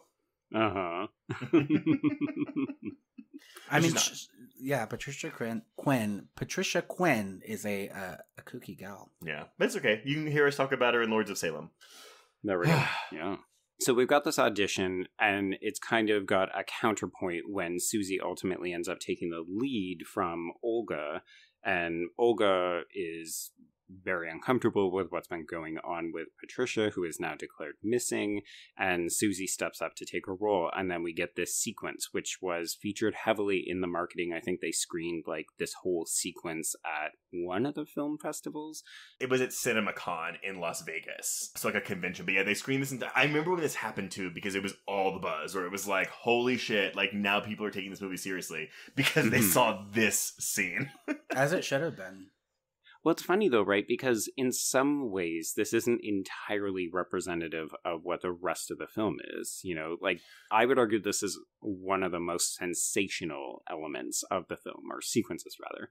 And I think it's great, but apart from this and maybe Mia Goth breaking her leg in the last act, like, this is the most extreme violence that we're going to see until the absolute climax. Well, but I will say though, so again, the one thing this movie does that I really, really, really do appreciate is that, we have the dancing be used as the spellcasters. Which is, I love it. You know, we don't have that really in the original because there's not a lot of dancing in the original. So this was an intentional choice to have the dancing be front and center, and also have the dancing be the witch's method of spellcasting. And while you are right, Joe, if I'm looking at this strictly from like just a bare bones horror movie thing, does this feel a bit like, oh, like this isn't representative of the rest of the movie? No, it's not. But it is such a crucial scene and a really fucking upsetting scene. I mean, I think it's representative in the sense of like how the horror of the movie, I think it's pretty representative of that. It's gnarly. It's really kind of like surreal. Bodies related, right? Yeah. But I think also like like for them to have screened this in advance, that's a bummer. Like I would have been really mad if that's what I saw, because it's like blowing your load and then you don't get to see anything else. You know? Like where's the tease? This is the full cum shot. Exactly. I will say though, so because what I love about this too is that we find out later, not even the witches knew it was going to be this bad, because they say basically like Blanc tells them, you know, oh, like, we didn't know that Susie was going to be that powerful. Like, she took our intention, but it went, like, overboard with our intention. Like, we wanted to kill her. We weren't planning on doing this to her. Because she's the OG. I do want to shout out, though, makeup artist Mark Collier here. He had previously worked on several Clive Barker film adaptations, like Nightbreed and Candyman. So he was this film's makeup effects coordinator. The bulk of the effects featured in the film were done via practical methods. I think the worst of the CGI we see is a lot of the blood splatter at the end of the film. Yes. But, so the death of Olga is, they use a prosthetic arm, leg, broken ribs, a protruding dental cast for actress Elena Fokina, so they would appear as though the bones in her limbs, abdomen, and jaw were being crushed and broken. She is a professional dancer and contortionist. So she achieved... I knew it, yes. Yeah, she's outstanding. There's just, like, her performance in this whole scene is so hard to watch and so... like grotesque, like the jaw prosthetic to me gets me every time. And the editing too in this scene is fantastic as we keep going back and forth between Susie and Olga. But I love that. In that super brief 3.5 minute making up featurette, when they're filming Olga's scene and she's got one of her arms like a whole green screen thing, but Dakota Johnson is there like a few feet away from her dancing. So she can see the moves she's doing. That's cool. Wow. Good for them. I mean, that makes perfect sense, right? I think, and honestly, I think it probably is the most obvious thing to say, but actually having dancing be a significant part of this in this way, to me, like, I just remember thinking, like, you know what, I maybe would have liked the original more the first time I watched it if there was, like, some really lovely dance show pieces, like, set pieces. Like, right. How are you going to set something in a dance academy and not have dancing? With this entire sequence, though, too, because before Olga starts getting killed, we have Madame Blanc. She grabs Susie's hands and then touches her feet. And for a blink of an eye, we see, like, a white glow on her hands and her feet. And this is a glow that will keep coming back throughout this film. Oh, it's the hereditary glow? Yes, the hereditary glow. Which, Joe, I don't know if you caught this. This is just something I just thought, because basically whenever Susie is walking to the sanctum for the Black Sabbath scene at the very, very end, she's following this glow, and she's almost in a trance going down this, like, really old, like, 17th century looking hallway. It almost exactly reminds me of a very similar scene in Walt Disney's Sleeping Beauty when Aurora is following Maleficent's light to the spinning wheel. And Sleeping Beauty is also a ballet. Right, yeah. I don't know. I mean, I didn't know if that was intentional or not, but, like, I saw that and I was like, oh, it's Sleeping Beauty! Trace also stands Sleeping Beauty. If you didn't know, I got him the Sleeping Beauty vinyl for... It's a fucking banger. Also, love that we're referencing both Sleeping Beauty and Hercules in this episode. Well, we're fans of both in this home. There we go. I can totally see it, though. I see this as something of a dark fairy tale. Well, because that's the thing, like, we keep seeing, like, honestly, because we keep seeing this light in a lot of Susie's dreams, so I view this more so as the spirit of Mother Suspiriorum that she is, like, flirting with, almost. Yeah, like, she's being led to realization, actualization, awakening, and so on. Yeah, exactly. Although, I will confess, I see Susie coming into herself as Mother Suspiriorum a little bit earlier. Where do you see it, Joe? I'm curious. So I see it when Blanc comes to visit her in her room, because they're actually communicating telepathically. Yes. See, I see her starting to come into it. Let me think.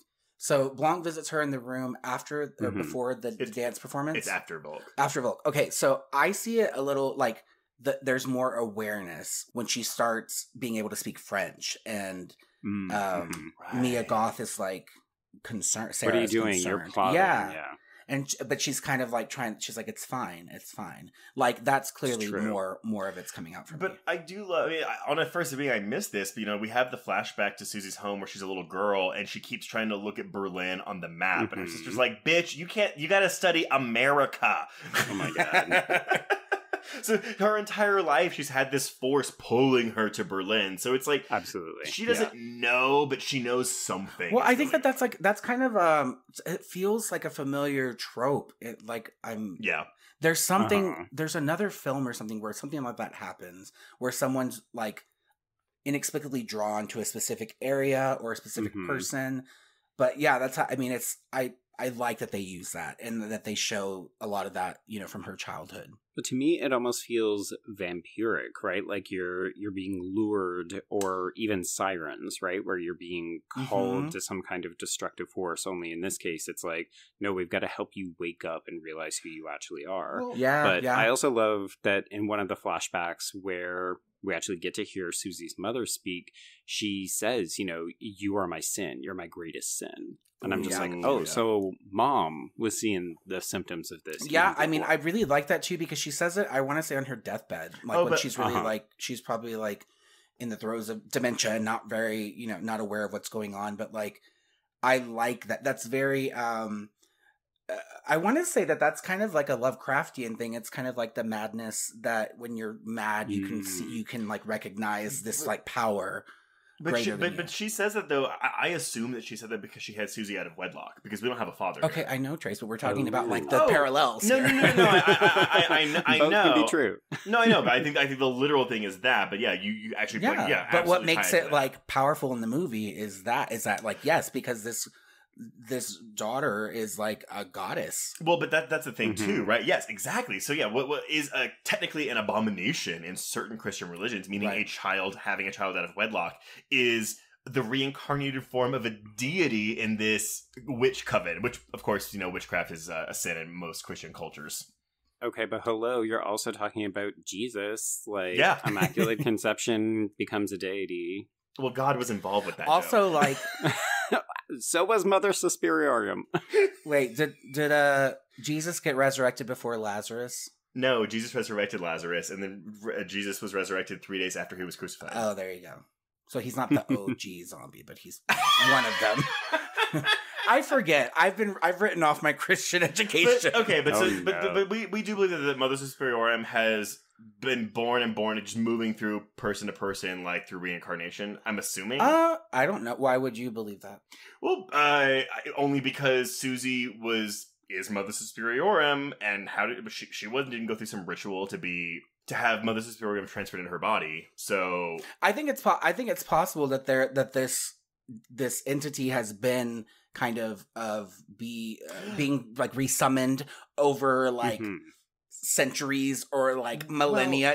No, because the whole my Christianity education is kind of wavering here, but it's like, well, because the whole thing, like whenever the end of days comes, that's when Jesus comes back. He officially comes back. The rapture. Yeah. What about it? Well, so that might be like what. So if we're like the apocalypse. Well, but that might be what this is, right? Like this is like a, oh my god, for lack of a better term, a come to Jesus moment for these witches, and that's why Mother Suspiriorum has finally come back in the body of a physical human being. Susie's the first and only because it's time. The way that I saw it is that the sisterhood had become corrupted, and Mother Suspiriorum herself came back to correct it, because that was the only way that it could be corrected. Which is like Marcos has gone astray. But normally it would just be like Marcos or Blanc would presumably just put themselves into the body of a young nubile girl. But in this case, it's like Suspiriorum looks at them and is like, you bitches are fucking up left, right, and center. I'm gonna come back. I'm gonna deal with this. Right, stuff. but and again, it's because why does the rapture start? It's because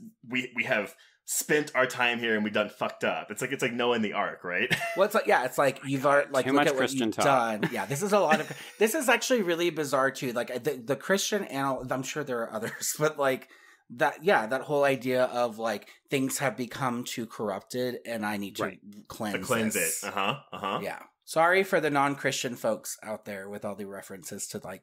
Oh, but if you have links to your religion in this film, by all means, submit them, because I would love to hear those connections too. Yeah, because as someone who doesn't have a Christian background, I see some parallels, but I don't know that I would want to put a full-blown reading on it, because I don't know that the film supports that. I think that like defaulting it to like this Christian idea, this Christian theme, is like really taking away from the universal nature of like this type of story. No, because it's not inherently Christian to me. For sure, absolutely.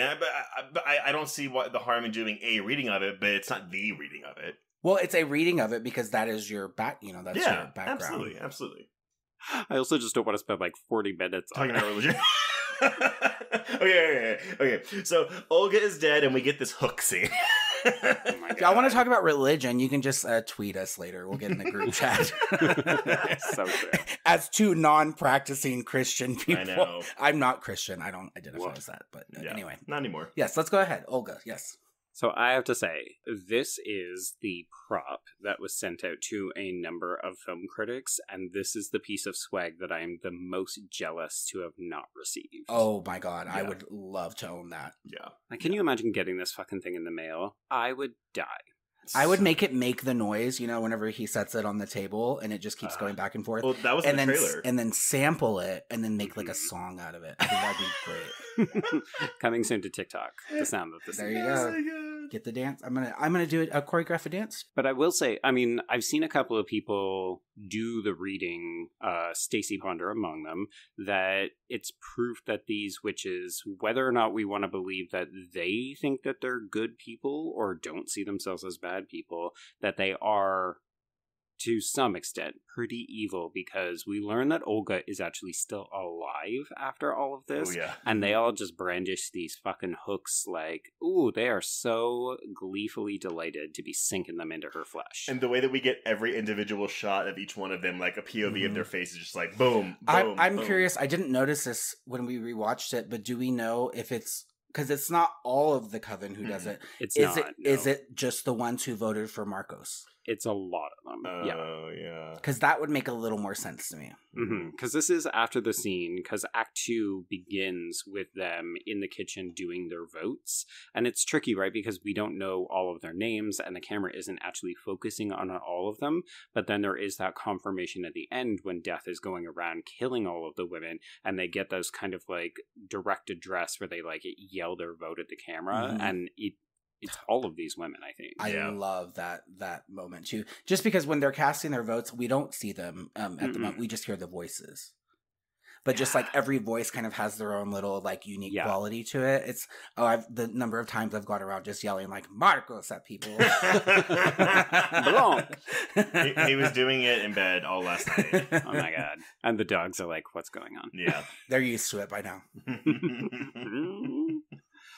Okay, well, we haven't really talked too much about Sarah and her journey because Patricia sort of starts us on this investigation and she introduces us to Klemperer, but then Sarah almost becomes an audience proxy. And part of Terry's review, in addition to talking pretty extensively about like the corruption of authority and that kind of stuff, is he talks about how in some ways the film is challenging because even though we know Susie is our protagonist, we do get a lot of insight into Sarah and Klemperer and to a certain extent Blanc.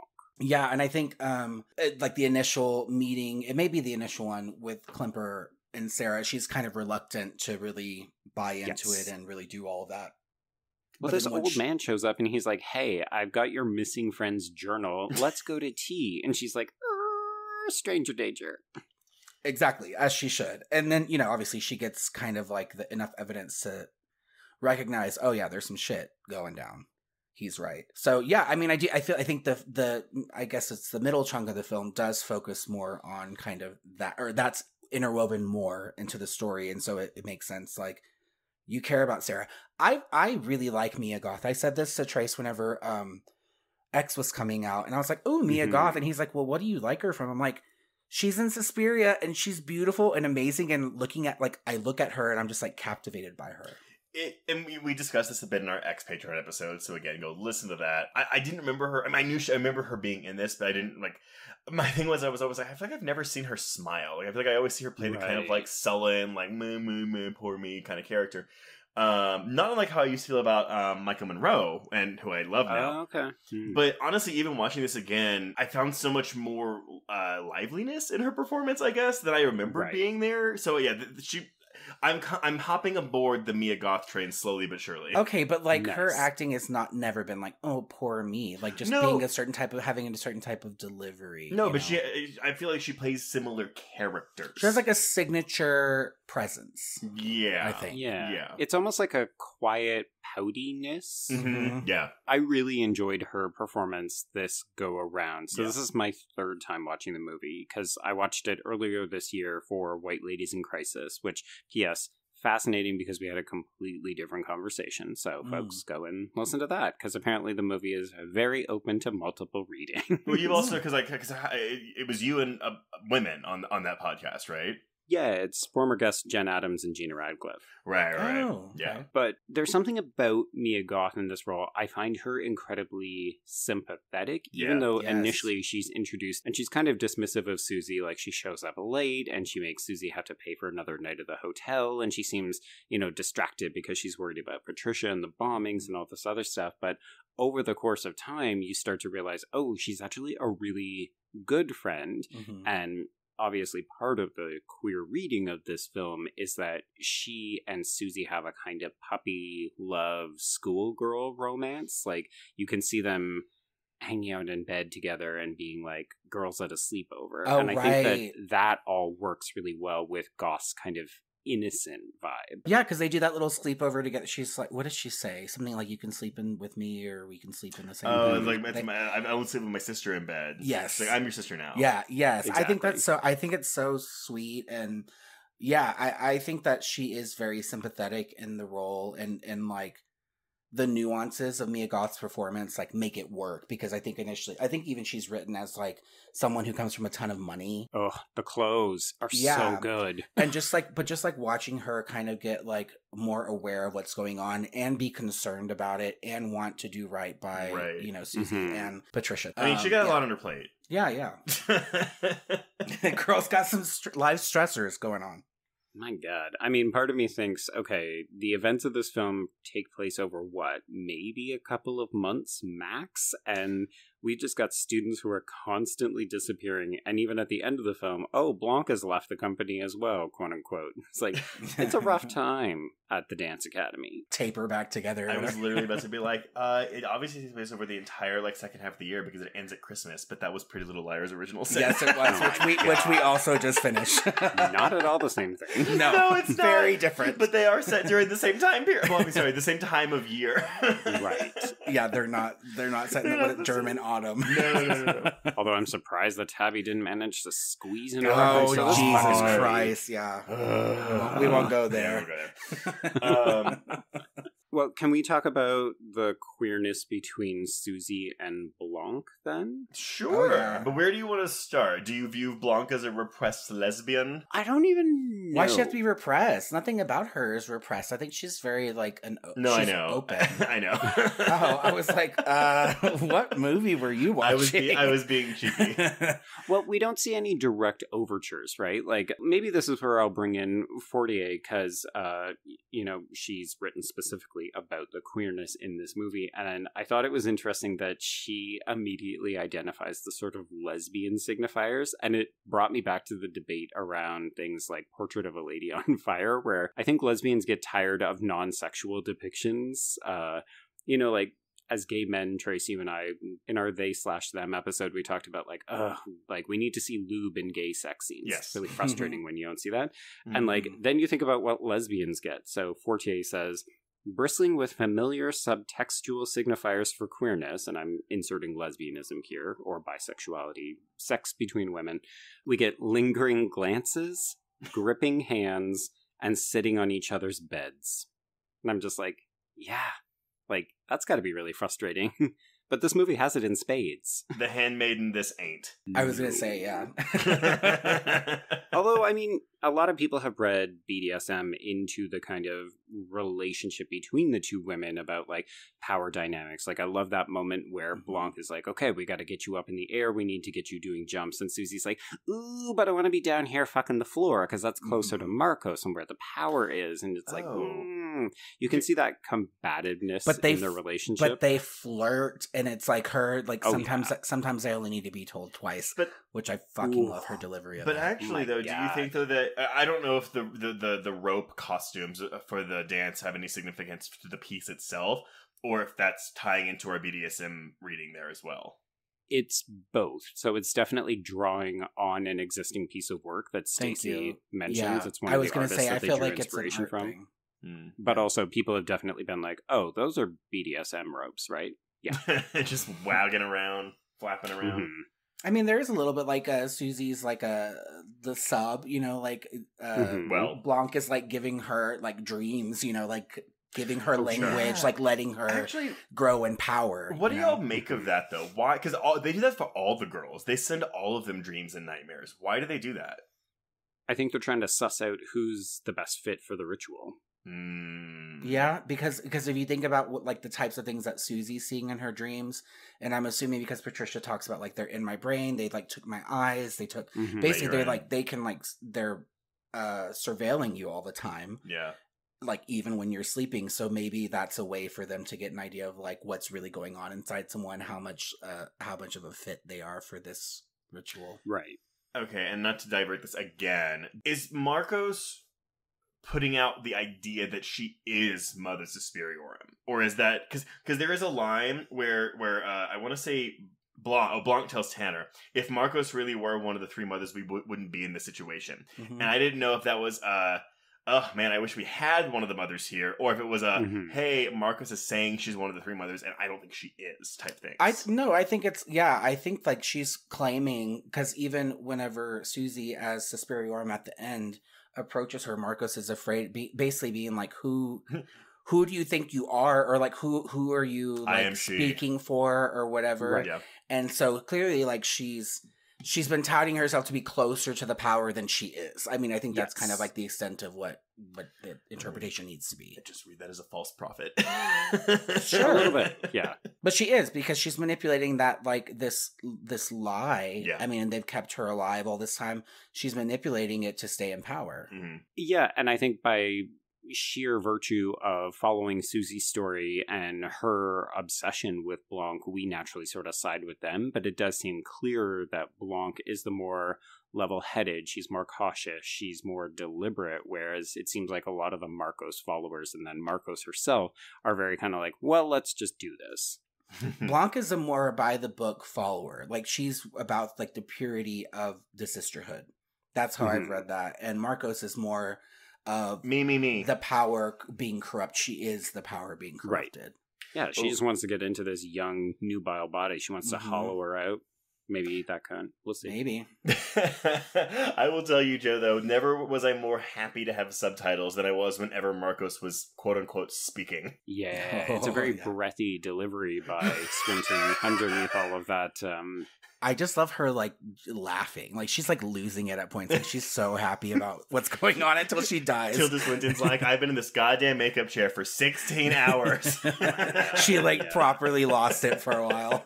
She detached from reality. I do think it's funny, though, because, I mean, Tilda Swinton is a very striking figure. Sometimes she's been described as, like, having androgynous sort of features. She's statuesque. She looks like a model. And then, of course, we're contrasted with that sort of beauty, which is a bit more traditional, with someone like Marcos. And you read descriptions online and people are like, ugh, it's Jabba the Hutt with sunglasses. Or, you know, the one from Hellraiser. The Chatterer. No, Butterball, yes.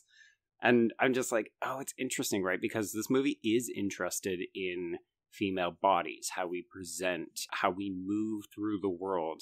And it's interesting that we just automatically are like, ugh, the ugly one, keep her away from everybody. I mean, look, honestly, if she... I could get over the look of Mother Marcos. Is it the baby hand? You can't handle the baby hand? Honestly, I didn't notice the hand until the very, very end of her screen time, but it was more so the fact that things on her body seem to be just leaking a clear fluid, and I don't... it's not sweat. I don't know what it is. She's dying, Trey. She's in disrepair. To get into someone younger. She's not doing so well. Well, I love too that, like, you know, Pat, like, it didn't work out with Patricia, and she just looks like Mother Marcos now. Okay, but they all do. So, like, at the end, Patricia, Olga, and Sarah, they're like zombies essentially. Yeah. And I like, even then though, it's like grotesque makeup and they look like they've been through it. Especially whenever Sarah finds Olga and finds Patricia, whenever she's doing her little snoop around. Oh yeah. And just how they look, just so, it's so grody and so unsettling. But at the end, like, it doesn't elicit the same disgust that I feel when I look at Marcos, because I feel bad for them.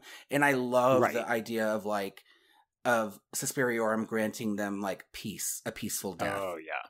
Because they're being tortured. Well, I think that's how we know that she's a more kind of benevolent leader, right? Because even though, in a way, she's a bit of a petty bitch because she just sicks death on anybody who didn't vote for her by virtue of voting for Blanc. Right. But at the same time, yeah, I mean, these girls that she knows that she was intimate with, specifically more so Sarah, but I think she has a kind of kinship with Patricia and Olga.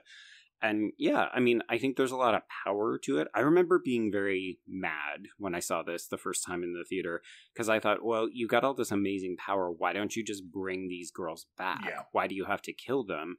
But I think it's actually in service of the film and its mood and its atmosphere to say, you know what, these girls have been through a horrible ordeal and maybe death is better for them. Well, and it's comparable to what she does to Klimper at the end by erasing his memories of the trauma. So it's like, yeah, if you keep living, you will be a completely different person because of the trauma you've done. There's an interesting message to be read there, but also, yeah, I mean, while you could view this as a good for her ending, like, fuck yeah, like, she's taking control of this shit, you could also view it as an abuse of power still. Yes. I view it as a good for her. View it as but, like, I think, like, it is messianic. Like, I do think this character is, like, a Jesus figure, for lack of a better, it's kind of, like, or a figure that's here to, like, right things, essentially. Right. And what she does at the end is more in line with the themes around what was going on sociopolitically at the time because of the guilt and shame from the previous generation's actions during World War II, and kind of saying, like, to him, because he was a survivor, he escaped, he had so much guilt around not being able to save his wife, around not being able to save Patricia. And I think, like, what the message is there for me is, like, we need shame, we need guilt, but we don't need yours, because it's like you did everything you could, and this was just a really awful scenario that you were in. There are people out there who are terrible, and we need them to feel bad. Well, and I meant more so the abuse of power coming from killing anyone who was voting for Marcos, if only because, yes, I agree it's more of a good for her ending. However, I'm saying that because I agree with her. If you didn't agree with her, you would absolutely view it, hey, you're abusing your power because you're killing people who don't agree with you. See, I don't even think that I view it as I mean, if we're looking at this as a cleansing, it's not, I'm petty and you didn't vote for me, so I'm going to kill you, bitch. It's like, hey, you are part of the corruption, and we are going to you need to be cut that. out. Yeah. Exactly. Yeah. You're part of the cancer. We need to get rid of you. Exactly. And by cancer, I mean, look at Marco. She looks like she's literally composed of Do you want to look cancer. like that? No. Let me just kill you and save you the trouble. Well, I really like your reading, Ari, because particularly around Klimper, because I have seen a bunch of people sort of misinterpret this and say, well, why do a bunch of women have to die and then the lone man in this film gets his memory wiped away so that he can live this sort of scot-free life? And again, I feel like I don't want to ever come down on people and say that the reading isn't correct, but to me that seems like a misreading of everything that has come before. Well, yeah, I just didn't view it that way. I viewed it as her as, like, kind of this all-powerful being who could fucking explode this man's head, who could, like, destroy probably, all of Berlin. I view it as, again, this person, this deity keeping the power, this entity keeping this power in a pure sense and not abusing it. Things are made right. Let's not, have this loose thread. And let's also handle it in a way that is merciful. You're letting him live. They could have just killed him because he saw all the shit, and I think I think it's merciful in two ways. It's like, well, we should kill you because you've seen all this crazy stuff. And also, like, I know if you survive, you're going to be traumatized, and you don't deserve that. Well, I also don't want to overlook the fact, though, that the three girls who she mercy kills have all been disemboweled. And they also, she says, what do you want? And they all say, I want to die. Yeah. The wounds to me are less telling because we see them literally heal up over Sarah's broken leg. Like, it's not a pure fix, but one thinks maybe, a fucking god could do a bit better. But I think to me, it's more telling that she actually asked them, what do you want? And then she gives it to them. Whereas Klemperer never asks. This is just what she decides for him. Well, and so that's interesting, though, because I remember after the Fantastic Fest screening, there were a lot of debates going around on whether she was punishing Klemperer or if she was giving him mercy, because I think you could read it as both ways. I'm trying to understand then, how is it punishment that he doesn't remember the terrible shit that he saw? I think it's because they've taken away all memories of these women, including, we're meant to believe, his wife. Well, I don't believe that they did that. But I think maybe that was she the debate. Says the names. No, I know, but I think maybe that was the debate that was going on, though, because the only reason I don't think that she erased his wife's memory is because she tells him the truth about the wife. So why would she tell him that and then erase that? No, I mean, she even puts her hand on the side of his head and says memories of, and she goes through the names. Mm-hmm. I don't believe she says his wife, and anyone who's watching this can correct us or whatever online, but I think that it's as explicit as just kind of looking back at the script or the line. I think it's the line, because she says, I didn't write it down, but it was she's like, no. The memory of blah, blah, blah, the memory of blah, blah, blah. No, I know, but the thing where it was like, suffer, we don't need yours. Some people read that as, you're not worthy of this. Like, some people read it like that. Oh, that to me is not what I read, because it's not in line with the greater themes of kind of like this generational shame around the sins of the other generations. And it's saying like, yes, we need those people to feel shame. The people who participated in this horrible, horrible genocide and who perpetuated this. We need them to work through that. We need them to feel this, because it's part of history. It's part of their history. However, like, it doesn't mean that everyone thereafter needs to, like, if you're not as culpable, like, you don't have to, we don't want that from you. Mm-hmm. We want it from other people. It's more like, we want these other bitches who corrupted this power and this, this sisterhood that we had to pay, to feel bad. We don't need it from you, though. You could also, I mean, again, like, we're going through this whole parallel with, younger generation, older generation. Klemperer has already lived through the actual horrific acts of Nazi Germany, and he has survived them at great cost. Whereas, not to say like Olga, Sarah, and Patricia just have to deal with like the aftermath, but that is a thing where they are dealing with the sins of their mothers, and they are unfortunately collateral damage in that, which is exactly what would have happened in, the actual, political German time. Yeah, and I think, too, she talks about guilt and shame, and, like, Klemperer is suffering from survivor's guilt. Yeah. Oh, for sure. And that's a huge part of this, and I think, again, this is someone who, as much as they could, did all they could to try to save someone they loved, and didn't. And is very clearly living with guilt, very clearly living with shame, and her kind of releasing him from that finally. And saying, this is what happened to your wife, and you can let go of this. Like, you don't have to carry the blame anymore. Yeah. This is just what happened. Yeah. There are other people that need to pay for this, and it's not you. Right. That's how I see it. Right, yeah. Because, I mean, that's why we see him make repeated trips across the border, right? Like, we haven't really talked about it, but, like, the people who are like, oh, the German stuff, it doesn't really fit in, or it's, like, not concrete enough for me. It needs to be more integrated into the stuff at the Academy. And I'm just like, but we're seeing nothing but repeated shots of the fucking Berlin Wall right outside of the Dance Academy. Right. We're seeing the graffiti that's, referencing the RAF movement. We're seeing Klemperer literally make these trips between East and West Berlin so that he can look at this symbol of all that he has lost, and basically it's symbolic of his survivor's guilt, and that's why the movie fucking ends on that shot as it kind of gets like slowly covered up and a new family has moved in, like the healing process has begun. That's the thing too, right? Because the last, well, unless you count that post credits bit, dumb. I don't even know why it's in there. I don't know why. There has to be a reason it's there, but okay, I'm telling you, I think the only reason it's in there is so we can see her one more time. Well, because that's the thing though. So we end this movie not on Susie again. I'm excising this post credits moment, but rather on a symbol of Klemperer and Anka. And so I think that's really interesting, again, in this movie that is heavily female-dominated, about motherhood, about sisterhood, but we end with this symbol of this couple.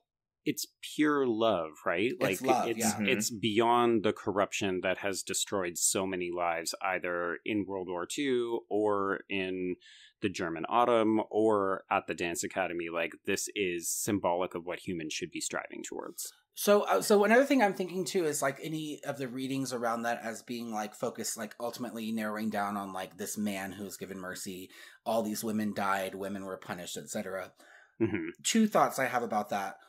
One is kind of, and this is like a cuckoo out there thought. Yeah.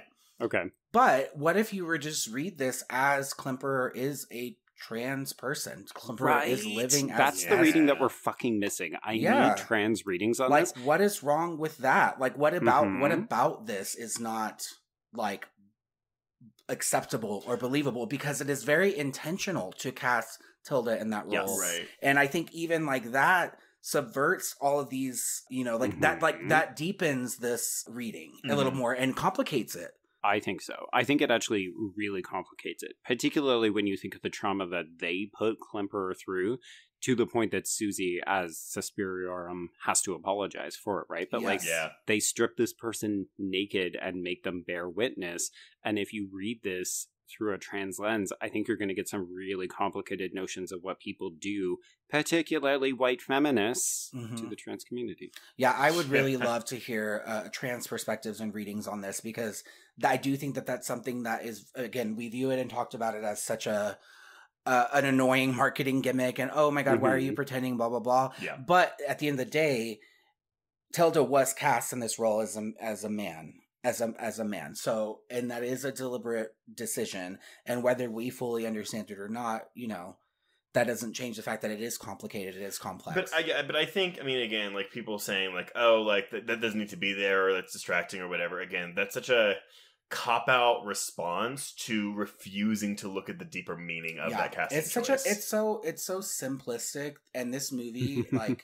This movie is anything but simple. Yeah, this movie, like that type of reading to me is never going to do this movie justice, because this movie clearly there's way more thought put into the themes. I mean, I firmly believe that this is a film that, I mean, look, people like, it's been, 4 years since it came out, and people are already like, you know, this is already considered one of the best horror remakes ever made. For sure. Fully believe that given 10 years, like, it's going to be considered a classic of horror cinema. I really hope so. Even just reading the Wikipedia about how, like, middling reviews from critics, I was surprised. I walked out of this and I was like, this is undeniably a 5-star film for me. It is technically gorgeous. Everything about it that is Suspiria, like, you know, like the dance, the use of choreography and storytelling is so powerful in this. Even the architecture, though, like the designs of the inside of this studio, it's like the geometric shapes, like, you know, you're missing the color, but you have the production value here that just looks so striking. Oh, it is, for sure. Oh, yeah. That marble floor in the lobby where it basically seems to be pointing directionally. And then, of course, you know, you match that up with something like Sarah counting the steps, which is, of course, the homage to the original Suspiria. It just...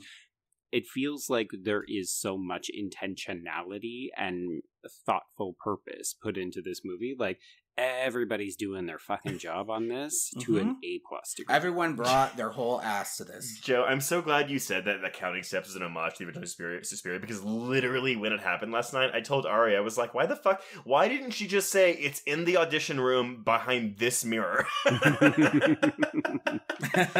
Yeah, I mean, to me, that's sort of the most deliberate and obvious one, apart from naming your main character Susie Banyan and sending her to Germany to a dance academy. But I like that it's like, here's your big, obvious homage. It's what all of you fuckers want. I didn't give you Goblin. I didn't give you big, bright colors, but I will give you the step walk. There you go. Yeah, I love that those are the crumbs he threw, and the rest was like, and the rest of this is what we want to do. But that's what I'm saying. Look, I will always go to bat for a very faithful remake. I know some people see a problem with that because they're like, what why are you going to do? I mean, look. Well, I'm glad you're there for those. Look at Texas Chainsaw Massacre, which is kind of a very faithful remake. But it's when you say very faithful, that can mean like a number of things. Very faithful can mean like narratively faithful, like it follows the same story beats, it has the same look, it has the exact same character names.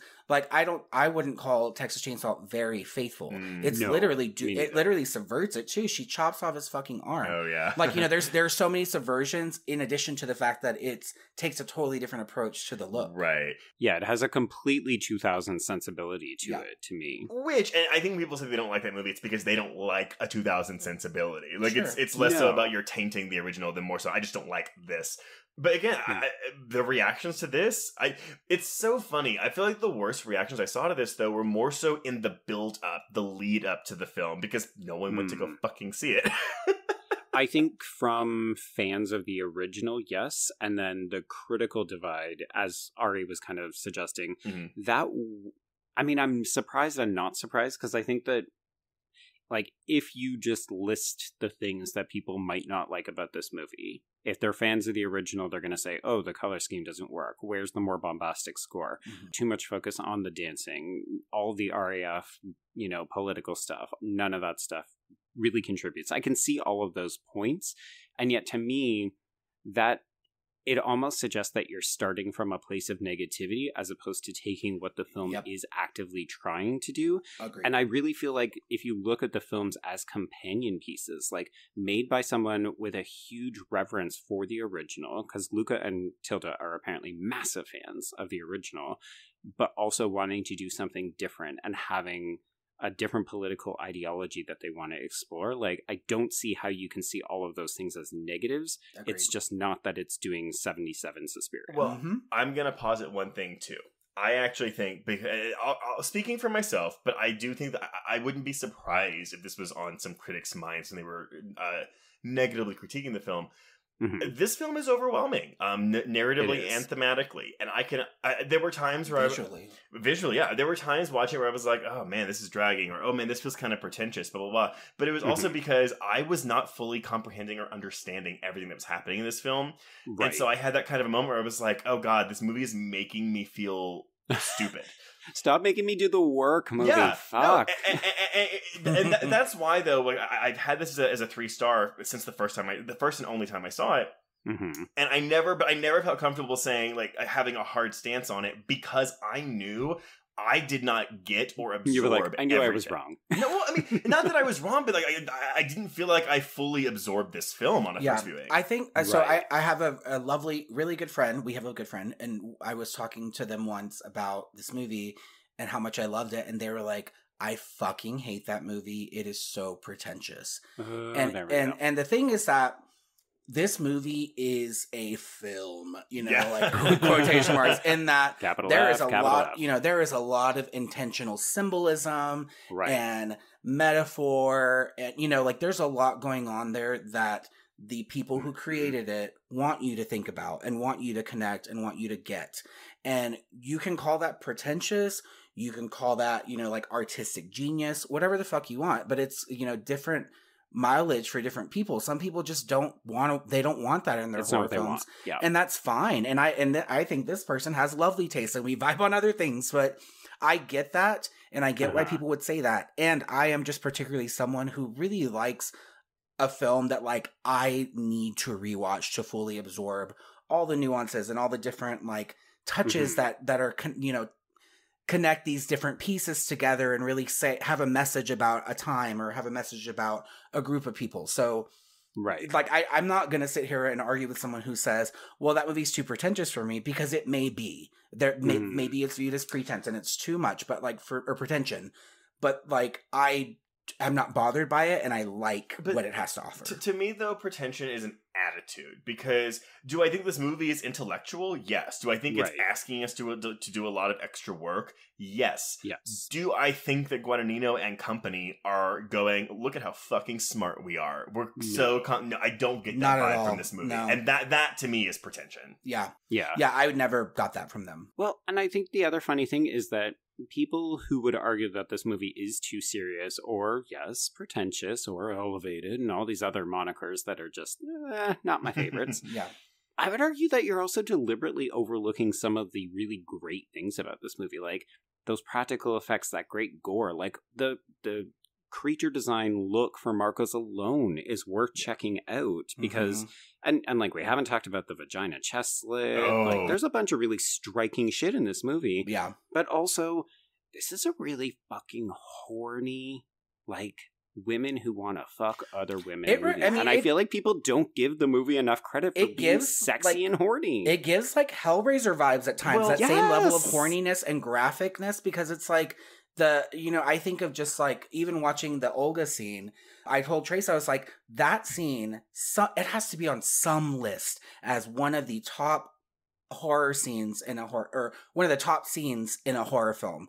It is so uniquely done. I have never seen something done like that, and that successfully, and with that much reliance on like the natural talent of the people in front of the camera.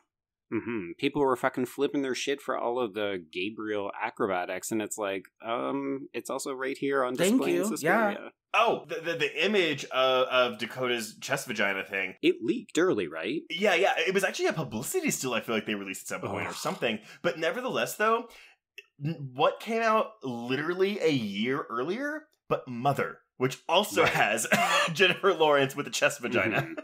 This is so true. Yeah. I mean, because of course there's a whole thematic piece that we haven't really talked about, the dance company being physically embodied by its dancers and each person contributing a body part to it. And I do love Tilda Swinton asking Dakota Johnson, do you want to be the sex of this company? And I'm like, girls, get a room. But, I mean, interestingly enough, Susie ultimately says she wants to be the hands. And I think that's because she wants to be the agent of change, right? Like, if you look at it, Death goes around at the end and sort of finger guns all of the Marcos supporters, and that's when the heads start exploding. Yeah. And I'm like, all right, Susie, you got your hands in action. But really, she's also the heart of the company. She's the literal beating heart of the entire enterprise. The reason why they all fucking exist, when it comes down to it, is her. Yeah. Well, that's the other thing too. Oh god, I really want these other two movies to get made because was there ever like did he ever have like a plan to do that? I think he's actually on the record now as saying like he would never do them, not just because of the financial failure, like Trace said earlier, but I think he's like, I just don't like have a huge interest. I would love to see them give it to like another very like visionary director, like another one, like David Gordon Green, maybe. Oh my god, it just sucks though because like I almost would have rather them not mentioned Mother Lacrimarum and Mother Tenebrarum, if only because they're only there to be like, hey, this is an adaptation of a movie that's the first installment of a thematic trilogy, and I'm like, okay, but then just make this one standalone. Just have this be Mother Suspiria Aura. I'm like, I just need that. The thing is that I see it as a tease. I like them bringing it in because it's actually like a nice nod to the whole Three Mothers lore. Yeah. And it makes sense why there would be an awareness of that. And also like it does kind of close the loop because it stands alone. Like if they were never to make another one, which they very likely they never will. Someone won't. I'm content with this being like self-contained. Well, I will say, because I mean, look, because Suspiria and Inferno were, I want to say, they were less than 10 years apart, but then it took like almost 30 years for Mother of Tears to come out. They should have just wrote that off. I think it would be really interesting if we ever got a sequel to this or a companion film to this. So this one is doing, divided Germany, divided Berlin. What if then we do, we're going to do Tenebrarum in the 80s for something else. You could do like Vietnam or like some, I mean, I'm just thinking like 70s, like changing the vibe or like the Iraq War or something. Who knows? I mean, look, what I'm going to say is don't do wars, do the AIDS crisis and make it a coven of male witches. Ooh. And the mother of, it's the mother of, it's size, sad, is it? Darkness. Darkness. The mother of darkness is actually a man. See, I don't know about wanting more men. I don't need more men up in this. I like all these women. He's a man, baby. Oh my god. My biggest fear is that you basically just described like a Ryan Murphy premise. I was about to say, that feels too Ryan Murphy. I can see him being like, I just cast Billy Porter in this and we've got a green light on Netflix next year. No, okay, so the 80s is the Cold War. Yeah. There we go. Oh, yeah. The Cold War. Can it be a crossover with the Americans? Bring Kerry Russell in here. No, we can set it in Moscow. We can do it in Russia. Like, keep it over there. Because the whole thing is, it's different covens of witches worshiping or deifying different leaders. I mean, that's the Right. idea of the old movies, I feel like. Yeah, I think, yeah, exactly. So we just adapt it for whatever we I think do that's this a for. cool idea. If the powers that be are out there, you know, some of us gays here and queers here would love to see Yes. more of this. If you want, I just think it's such a rich lore. Like Well- I love this kind of like storytelling where it's really layered and there's like a lot of history there that, you know, it doesn't all get revealed at once. I think that it's fascinating. Nevertheless, this whole argument of, again, with Guadagnino saying it didn't make any money, it bombed, blah, blah, blah. I was like, look, your movie was never going to make $20 million in 300 theaters. I'm sorry. Like, it was never, ever, no movie's going to do that. Right. I mean, I think the mother comparison is actually pretty apt Mhm. because these are the same kind of just very polarizing, very artistic, auteur-driven kind of texts, and they're just not. I mean, I'm sad to say it, but I don't know that these movies stand a chance with mainstream audiences. I just want to. I would love for there to be a way for movies like this to kind of be, I guess, like evaluated differently as far as what is success, because it's just like you can't just throw like a really dense, weird fucking movie like this out there and just expect the masses to just, you know. Well, you didn't do Halloween Kills numbers, so sorry, Suspiria. Right. Like, it's like, come on now. Like, how realistic is that? Like, there needs to be protection for, like these really, like, cool, adventurous horror films. I mean, nevertheless, I'm happy we have it, and I'm happy finally that I got a chance to rewatch it. Honestly, I will rewatch this again probably before the end of the year. I love this. I love this movie so much. I watched it during the pandemic a few times. Not as much as I watched It Follows and you know, like Scream 4 and stuff, but I did watch this more than you should be watching a 2.5 hour movie. It's true. It's this and Pineapple Express, and then rinse, lather, repeat. Hell yeah. Well, okay. Do we have anything else we want to touch on? Anything specifics? Any themes we didn't hit? Just want to say, lesbians eating chicken. I like it. Oh my god, the way I wanted wings after this movie is so bad. No. I mean, Joe earlier did mention the wig. I like all of her wigs. Oh, I think it's she fine. looks wonderful. I actually thought it was a dye job. I think she looks sexy as fuck. She's beautiful, No, I think she powerful. looks great. It's like the 6-finger forehead that distracts me. So Was there a reason for making her a redhead? I don't know. I think it's because it's more striking, but to me, it also anticipates the sort of red bloodbath at the end.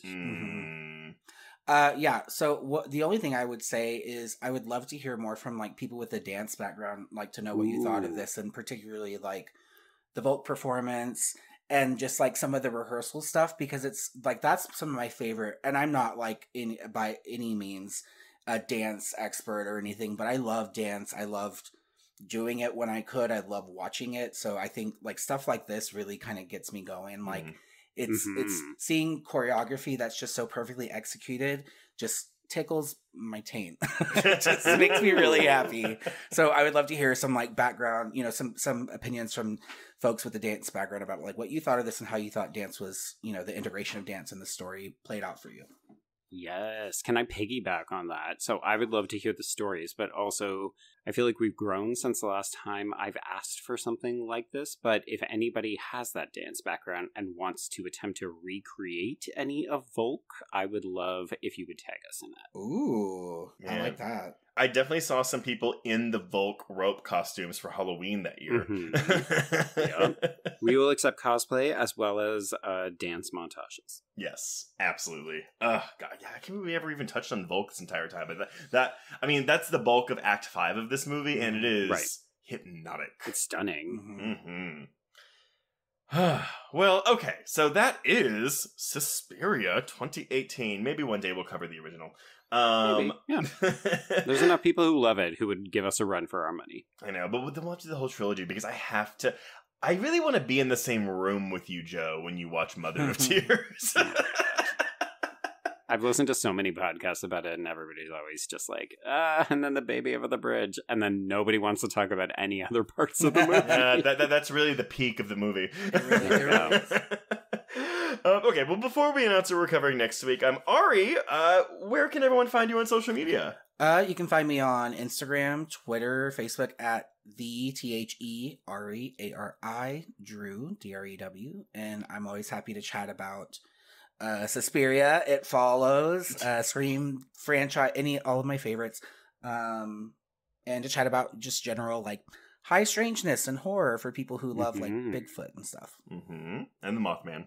I was going to say. Especially the Mothman. If you all ever cover Mothman Prophecies, we'll have you. And you don't have me, this podcast will be divorced. No more.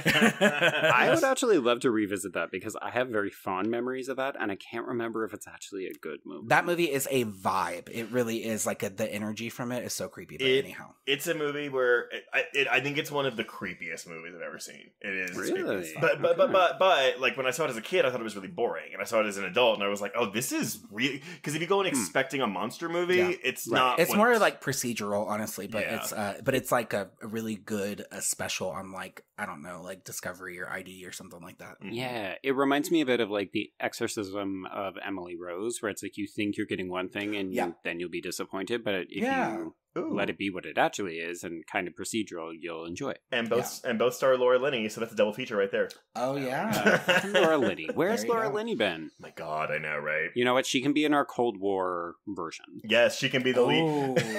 She's an Inferno. Oh, man. Well, okay, so if you want to get in touch with us, you can reach us on Twitter and Instagram at HorrorQueers. Shoot us an email at horrorqueers@gmail.com. Find us on Letterboxd to keep track of all the films we've covered.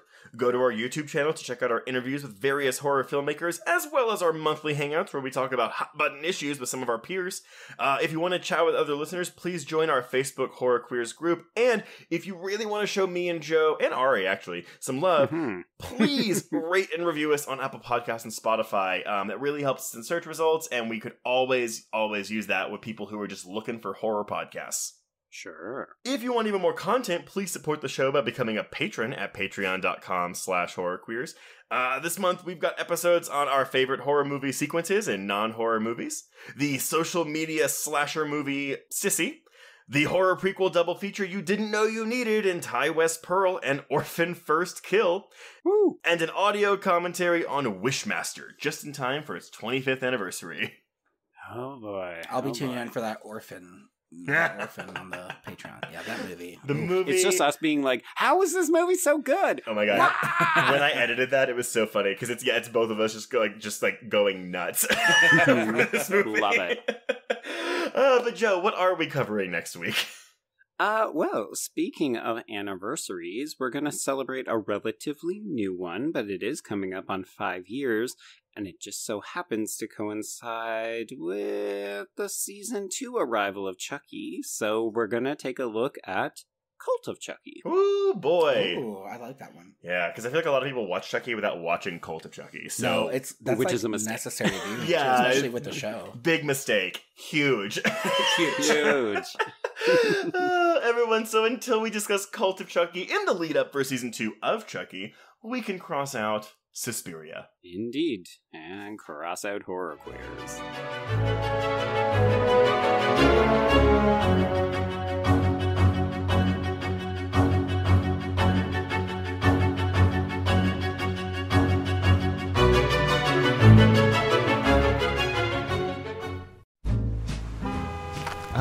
Atlas Avenue, a long stretch of road that encompasses everything the city of Kennett Heights has to offer. Neon lights, traffic, crime, the hustle and bustle of everyday life, and the craziest of characters.